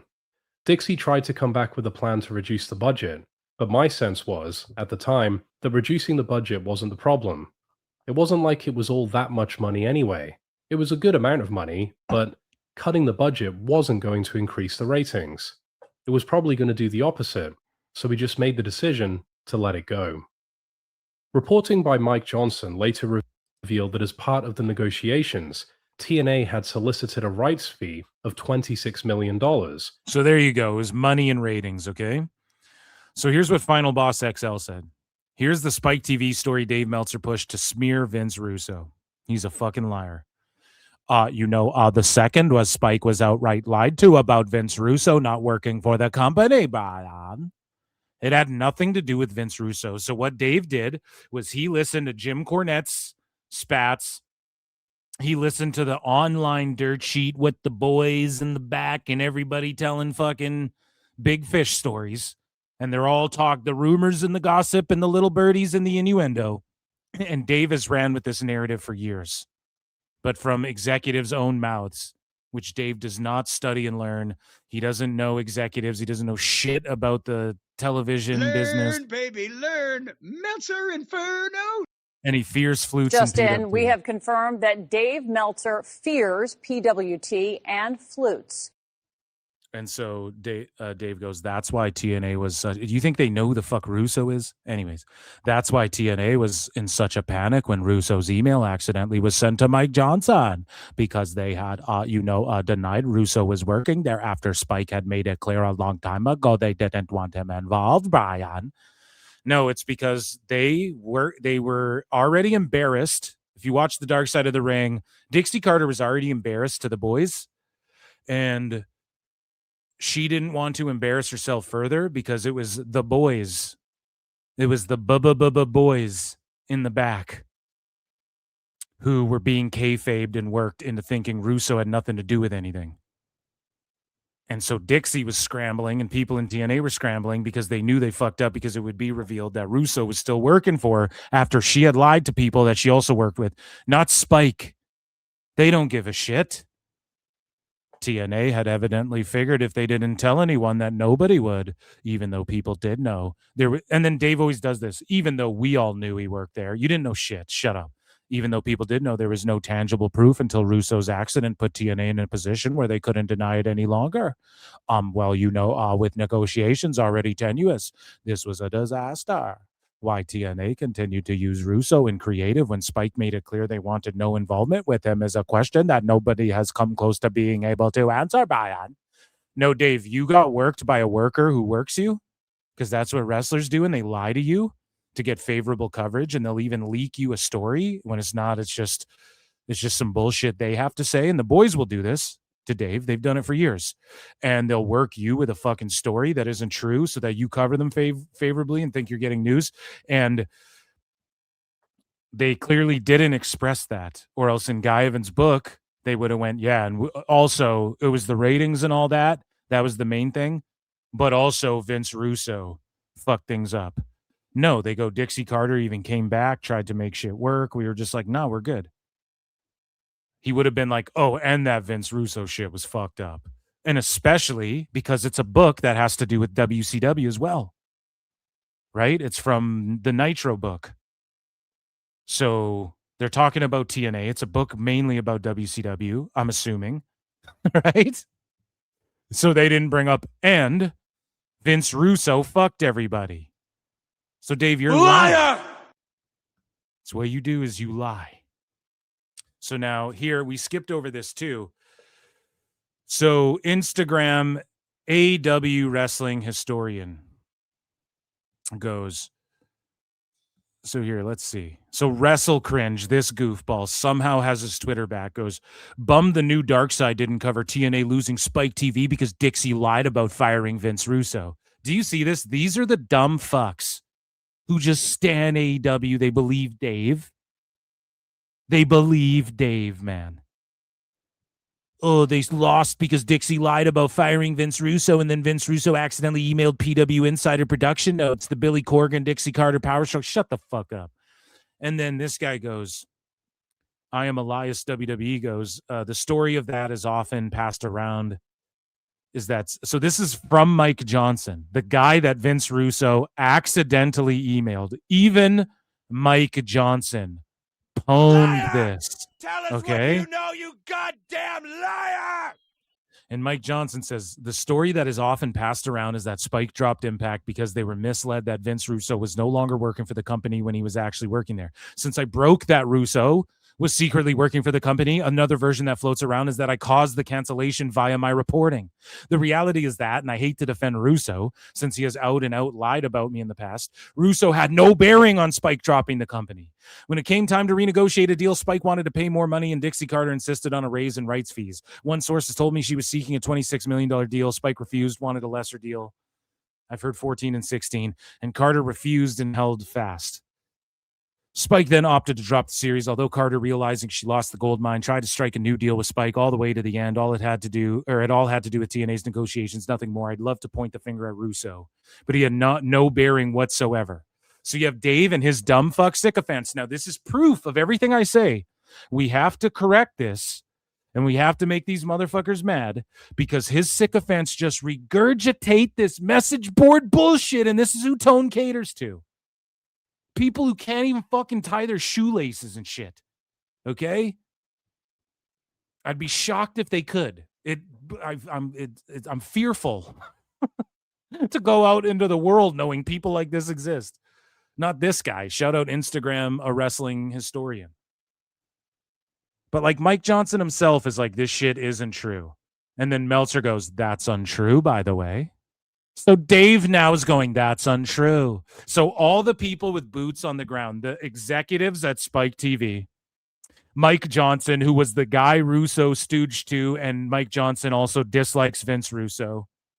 Russo, not even Jeff Jarrett, who had a falling out with Russo, allegedly. I don't know. That's the rumors out there. None of these people were like, yeah, and Vince Russo, fuck things. Do you not think that on the dark side of the ring, they would have covered that? You think they're like glazing Vince Russo? They've made Vince Russo look to be an asshole in the past in Dark Side of the Ring. You don't think they'd have like made that a huge thing? And they brought in Russo, who had problems with Hulk Hogan. And then fucking Russo blew up their spot, and it reflected poorly on Jeff because he's the one who brought fucking Russo in. You don't think that would have been part of it too? You don't think D'Lo Brown and fucking D'Amore would have been like, oh yeah, and Russo really blew up our fucking spot? Meanwhile, everyone fucking hates Russo, and now we're defending Russo. No, shout out Vince Russo. Shout out Jeff Lane and the brand, dude. But like, you mean to tell me they wouldn't have fucking thrown him under the bus and made him look like an asshole? You have all the people involved, including executives at Spike, going, no, this is what happened. Dave goes, nope, that's untrue. Sahadi covered it in his book, actually. Okay, so now another guy, Sahadi, covered it in his book. Who? What book? Because we just took a listen to another audiobook, and it's completely the opposite, and he talked to executives. Well, Sahadi worked there. Okay, so is he resentful towards, because guess what? Mike Johnson, I wouldn't say is resentful towards Russo, but he doesn't like him. And he didn't throw him under the bus, and the Spike executives don't even know who Russo is, and they didn't throw him under the bus, and the wrestlers there, even guys like Jeff Jarrett, who don't really like, they didn't throw him under the bus. Is Sahadi spiteful to where we don't know? We don't know if Russo pissed him off day to day in TNA. We don't know their relationship. So this other book is more valuable because Dave can't spell Meltzer. Can't spell sir is fucking out here saying shit. So he goes, believe me, I know in great detail from both sides and had to sit on the Spike cancellation story until someone else broke it. So again, Dave wants to go, I knew about all of this stuff, but I didn't report on it because I had to wait till someone else reported on it because Mike Johnson's got bigger balls than me and I had to fucking wait till he reported it to have the nuts to fucking actually report something. What a shitty ass cheeks, bum cheek journalist this guy is. Else broke it, and Johnson continually denied it was canceled for months, but it was canceled, I think, in 2 weeks before it ever came out. So he didn't deny it was canceled. What Johnson did was held out. Why? Because Dixie Carter was holding out and negotiating to the wire per the Spike executives, Dave. To the fucking wire. Dave, and you don't study and learn the business, and you're a fucking liar. Shut up, bitch. I think 2 weeks before it ever came out, Dave Shearer even messaged me to say the cancellation story was fake when it was broken, but I knew better. Dave Shearer thinks you're a goofball. So what does that say? And then Nicolo Piccolo goes, bah ha ha, did anyone else see Mike Johnson just body Dave Meltzer? I'm here for dirt sheet on dirt sheet crime. This is better than the Hunger Games. Yeah, I am too, dude. I am too. So here's a throwback. Okay, here's a throwback. And Meltzer said what the Ghost posted this, and then we'll get into him just coping about WWE a bit. Meltzer said what the Goat says. Everyone talking about CM Punk's body transformation completely believed that then 56-year-old Dave Meltzer bulked up and had better abs than John Morrison. Now, I remember this clip. This is from 2019, dude, a lifetime ago. Because the weights in the gym started talking to him the weekend of McGregor versus Mendez to not just lift during the ads on Raw. So here's Dave claiming he had better abs than John Morrison. So like this person goes, says the guy who didn't know what a treadmill looked like. Dave goes, how many best abs, plaques, and trophies do you have from bodybuilding contests? So Dave uses steroids, okay? You can tell by his skin. You can tell by his hair falling out. You can tell by his tiny balls not willing to fucking report news, like until someone else does it and actually do real journalism. And he says, he claims he has a bunch of like ab and bodybuilding contest, whatever the fuck. But Dave clearly does roids and shit. He has for years and years, okay? And so Goat points out, just listen to these unhinged clips. These are throwbacks. These are flashback Meltzer moments, okay? So let's take a listen. I got semi-serious the weekend of the McGregor Mendez fight because I never went to the gym, right? And I was there, and I was just in the gym to do, bike, like I always would do, And then I just do cardio. That's how I look like this. Because I just do cardio. There was like these weights there, and they were going like, Dave. There were these weights there, and they were going, Dave. They were talking to me. He's delusional. Put him in jail before he harms himself or others. Right? Like, oh, so you hallucinate and are schizophrenic. And they were going like, Dave, you want to lift weights? And it's like, no, I don't lift weights on Mondays during Raw. It's like, no, Dave, you really want to lift weights. See? So he admits what I said. So now he just types at the computer during Raw. But when Raw's on, he just sits there and lift weights, half pays attention, music in his ears. And there was like this lure, and I couldn't stop myself. So I started lifting weights, and then I had this big smile. Were you there that weekend? I'm pretty sure I would have remembered this. No, because you weren't there at the time. I think you were there that weekend, but you were not in the gym when these weights were talking. I was definitely not in the gym when the weights were talking. No. When the weights were talking to me, I know you weren't. I think you were there that weekend, though. But anyway, so they were talking to me, and then after they talked to me, and they go like, I hear voices in my head, Bryan. They talk to me, they understand. I do this all the time. It's like, no, I don't. And they go, yes, you do. So anyway, so I think that's kind of where it started. But then it wasn't really that serious. And then all of a sudden it got like what happened? It was you. It's always you, Bryan. What did I do? I went to that freaking PWG show, and I came back, and you started like going all off on me about that those pictures that were all over Twitter that night. This one, some PWG show, and then I came back, and we did the show, and I looked at myself, and I go, I'm gonna like tear all kinds of muscles. I need to stop doing this right now, but I didn't. So anyway, Dave, you do steroids. You do steroids allegedly, in my opinion, and you've done it forever. And you probably creatine and whatever the fuck. You just take shit and then you go and crank. And I'm not trying to undermine anyone, but you can just tell. And he's old. He's in good shape even right now, but like his hair's falling out and shit. Like, come on, his brain's mush. Like, what do you think happens? Anyway, so that was kind of that. And then like about 2 years ago, at 58, because that's what Bruno said. At 58, it was kind of like, I actually got to do this hard, because if I'm just doing this like not half-assed, but like semi-hard, this is all going to go away. And then it's like, I'm going to be really sad. So that's when I'm semi-hard, Bryan. I like started getting like, whoa, like really serious. And, but still, it's just like, it's inevitable, but it's nothing to be sad about. I mean, it's like, like if I was like, if it was one of those things where I'm doing this and it's like, who cares, dude? You're 100 years old. No one cares about you going to the gym. Looking like that, though. So now listen to what he says. Johnny Mundo, of all people. Oh, yeah? That doesn't help your case here, Dave. Yeah, I know. You're not too old to be looking like that. Give me a break. No, you know what, though?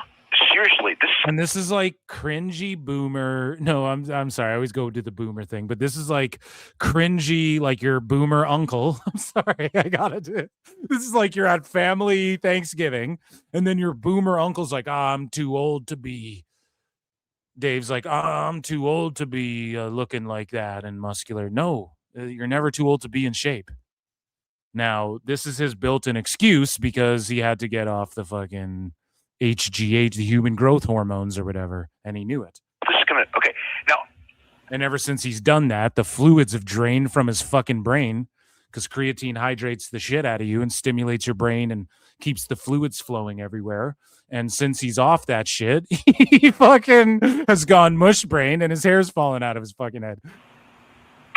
Okay, so there was like a little while ago, all allegedly, in my opinion, decided, since my weight is kind of down, and I used to have like really good abs, God, why am I wasting time talking about this?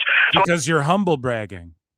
You're humble bragging. Oh, I mean, I do have millions of dollars, but gee, I don't even know why I'm talking about this.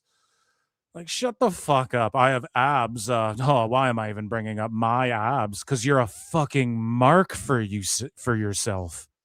And this is why you love AEW, because they cater to you and you're a Dave mark is for so yourself. Bad. Dave is the devil. Oh. So anyway, I had this goal to have abs like Johnny Mundo, right? So he's here this weekend, and I have better abs than Johnny Mundo right now. Really?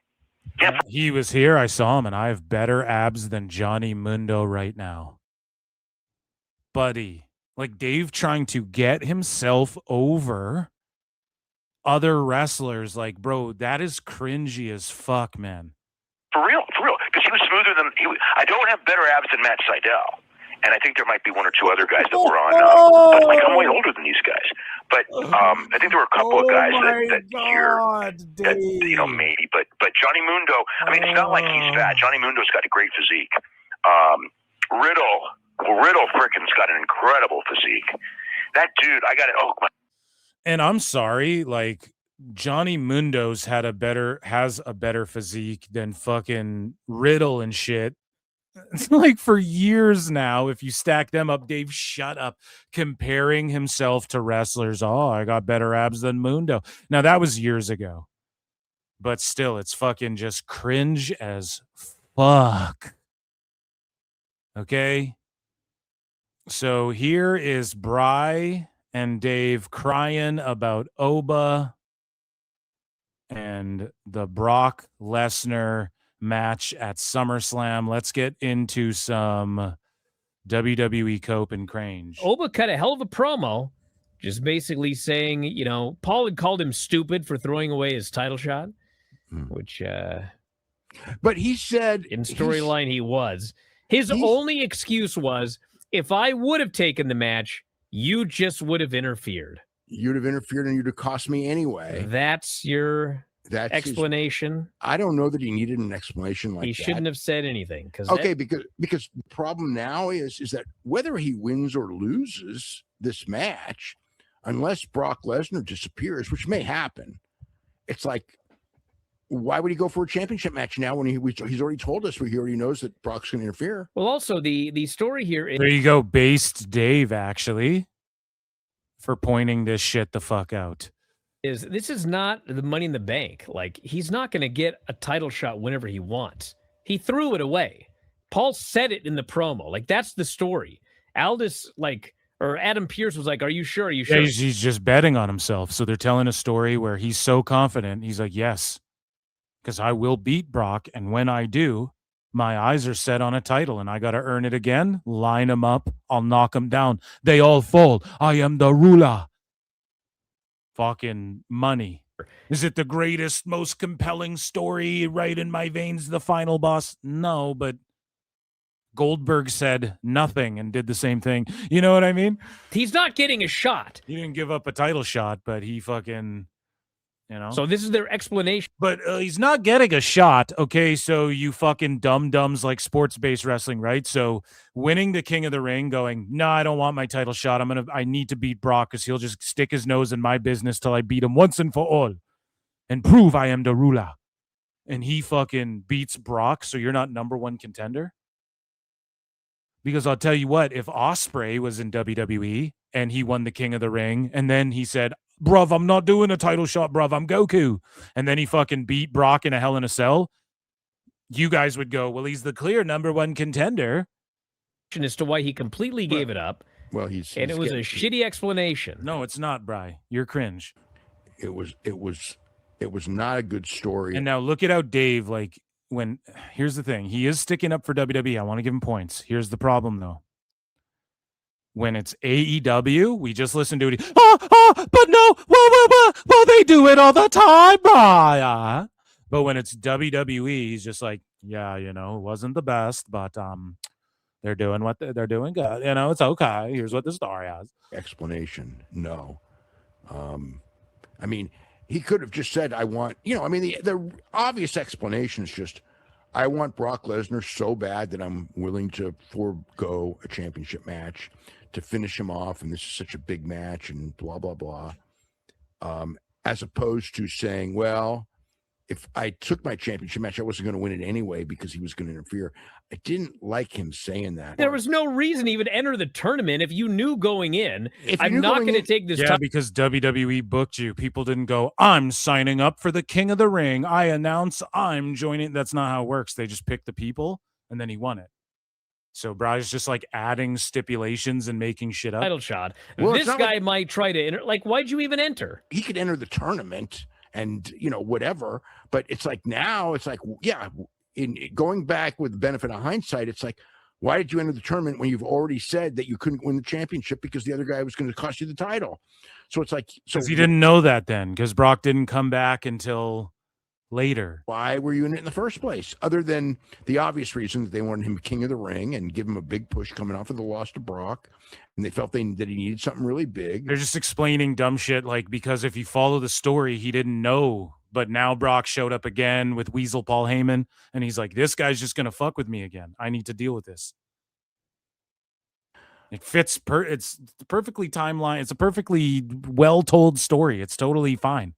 But they don't want to do the championship match until Mania. But they wanted to get that in your head that this guy is on the way to becoming a world champion. Imagine doing that, building up a fucking future superstar, megastar world champion. Imagine getting it in people's heads that he's going to be a world champ one day, and then he has some side quests, and then he becomes the world champ. Imagine that. Crazy. In the championship picture, and he's the real top contender. And when we get to it, it's not just a title match, but a special title match. So that's all. Well, it's a super top title match. Good. But yeah, now if we look at it in hindsight, trying to look at logic, why did he enter the tournament? Yeah.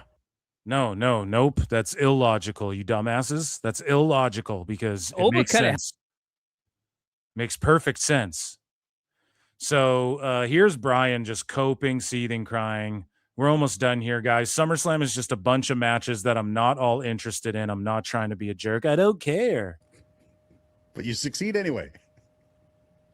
Guys, honestly, the only match I'm intrigued by, really, is CM Punk and Cody. Not Hell in a Cell? Okay, you fucking, bro, you're a fucking 50-year-old man who just looks depressed, comes in with Eeyore energy, unless you're being fake, wearing a Hawaii shirt. No one gives a fuck what you're into, dude. I mean this with peep the key demo. All due respect. I've already seen this match twice. I already saw Oba Femi beat the guy clean in 5 minutes. That's how this started. You never saw them in a Hell in a Cell, guy. This started, guys, with Oba Femi beating Brock Lesnar clean in the middle and allegedly retiring him. And then Brock came and got his win back to make people like JJ's head explode, who were like, he's just going to come and get it. And then he did, and then he's going to give it up in the trilogy. Which led to Brock just coming back and beating Oba Femi. Right. And now they're going to have a rubber match. Yep. Which obviously... What what am I as a fan supposed to care about? The fact it's in a Hell in a Cell and it's the rubber match and it's Minnesota where Brock is from, and he already laid the boots down once, swerved everybody, probably is going to do it again, win or lose. Do they believe in Oba? Does Oba get it done? They're in a cell, so it ain't going to be a squash. They're going to do a match. Okay. It's in a cage. Brock has the whole UFC gimmick. It's the torch passing element. So as a fan, let's say, now this is where the Mark shit comes into play. This is the same thing with comic books. Let's say you're like a fan of fucking Brock Lesnar and you see how at SummerSlam, The Rock passed the torch to Brock, and at Hell in a Cell, Undertaker in Hell in a Cell passed the torch to Brock. Not long after that, in the cage, Oba is Undertaker's guy. Brock is the one Oba hand chose. Brought all of that sicko wacko lore, if you will. Oba beating Brock? I already saw it in 5 minutes and the guy retired afterwards. I mean, there's no title shot on the line. They're just doing it in a big cage. I mean, I'm not trying to be a jerk. I don't care. And do we even know what night these matches are on? No. Well, that doesn't really matter. Roman Reigns and Seth Rollins. I have nothing against either guy, but they broke up 12 years ago. I've seen them. Okay, and Okada versus Kenny happened a decade ago. And you don't yell like this when anybody goes, oh, it could be Okada, Kenny and shit. You're just like, okay. Wrestle countless times. What is this for? for the world heavyweight title. I have no interest in Seth Rollins getting another reign as the champion. He's probably not gonna. I've been watching it now for over a decade. Roman Reigns retaining the title over Seth Rollins in a banger 5-star fucking match, because like, what did Punk and Roman do at Mania, and what did at Mania 40 with Rhodes? We saw that match 3 years in a row, and it fucking ruled. It was one of the greatest matches of all time. Like, what do you saying? I don't care. It's 2026. Yeah, it's 2026. So let's do Kenny Ospreay to main event AEW All In. Yay. 2 guys who were over in Japan a decade ago, Bri. Where's the same energy? It's it's these, you guys are clowns. Our last clip, how concerned, and this is Dave Meltzer talking about how concerned WWE should be about SummerSlam's disappointing ticket sales. Of course, he was sitting there going, ticket sales are great for All In, even though they're doing 50% off. SummerSlam. We're at about 22,000 each night. It's very, very disappointing. For how WWE. concerned are they about this? They have to be. I mean, I think this is the one where they overshot, ticket prices, but also a 2-day stadium thing for SummerSlam maybe was an overshot. I think it's demanding of the fans, but they also got paid a shitload of money by Minnesota to put the fucking show there, and the streamers are happy because more people are just going to watch it on their streamers instead of fucking going to the event, clearly, because it's not like the 100,000 people that show up for the 2 nights of WrestleMania, whatever, give or take, obviously repeat tickets and shit. It's not like those people all don't watch all the other PLEs and shit. So that's kind of how I look at it right now. Like, for a 1-day stadium, they've done all right. Maybe, it's like, again, WrestleMania didn't sell either night. And it's way bigger than SummerSlam. And they used we went back to Las Vegas as their excuse, which enabled them to not deal with the... No, that wasn't the excuse. That's the excuse you invented and then said, oh, well, they're just using the excuse of they went back to Vegas. No, that's you reading Twitter. That's what the wackos say who defend WWE with every breath in their body. They are the ones who said, well, they went back to Vegas twice, and that's an L. Idea that maybe it's not, our creative's not as good or we're not as hot. This one, you kind of have to look in the mirror and go, okay, we ignore or we try to pretend, even though we listen to criticism, we pretend we don't. And these people know nothing, except guess what they're saying is starting to come true. And it's a reflection. Like they can't. They never said these people know nothing. They never said they don't read social media. This is the one they can't ignore. Nick Khan and Levesque. And well, they do say that. It's like, obviously, but when Dave's like, they say that, it's like, no, Nick Khan said that. He's not Triple H. He's not who's backstage there. Shane Helms, who's clearly on Twitter. He's not like everybody. There's a bunch of people running this thing. That they've never been in the decline from the peak, and they're clearly now. And then Dave's like, they're pretending that that's wackos. Okay, that's like hardcore wackos who are pretending they haven't declined from the peak. Okay, people know, and the peak, okay, they'll peak again, buddy. Like, it's WWE. It's a 50, 60-year-old company. You guys always like to say that. Now, if they go 7 years straight of trending down, down, down, down, down, then you have an argument. Then you can go, they're fucking up bad. But with no bloodline, no John Cena shit, no real compelling story, a bunch of stars still doing 12,000 Raws, major social media impressions, the stuff with the Knicks, all of this stuff. It's still peaking in many ways, Dave. You just look at one metric and then hang on to it. From the peak. They're doing fine.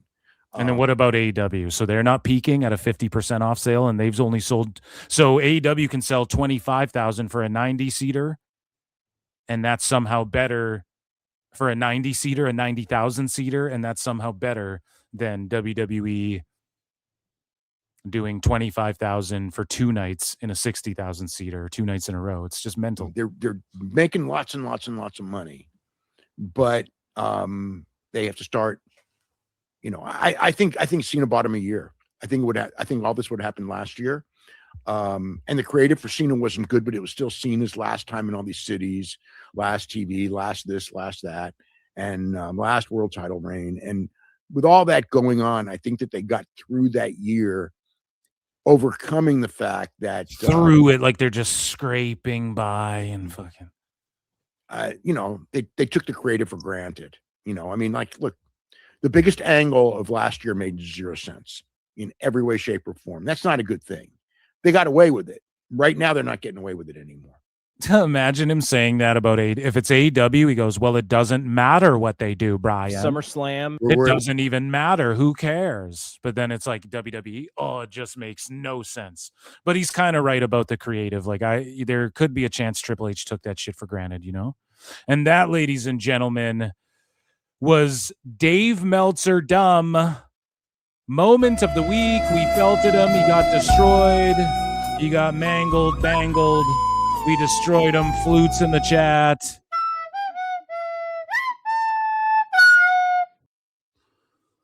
What an amazing show, ladies and germs. CWJ for 5 says what no one will mention, 55 to 60 million live within a 4-hour drive to MetLife Stadium, 8 to 9.5 minute or within a 4-hour drive to US Bank Stadium. Holy fuck, this guy's dropping fucking travel math on us.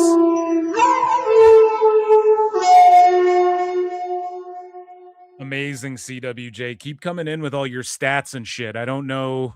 I guess this makes sense. Thank you for that. I appreciate you all. Shout out the PWT universe, DMDMW universe. I'm going live, I think, tomorrow instead of Saturday. Be good. Drink lots of water. It's hot out there. I'm Phil S. Marks. Sometimes in life, you got to be a hoe. And I will see you next time.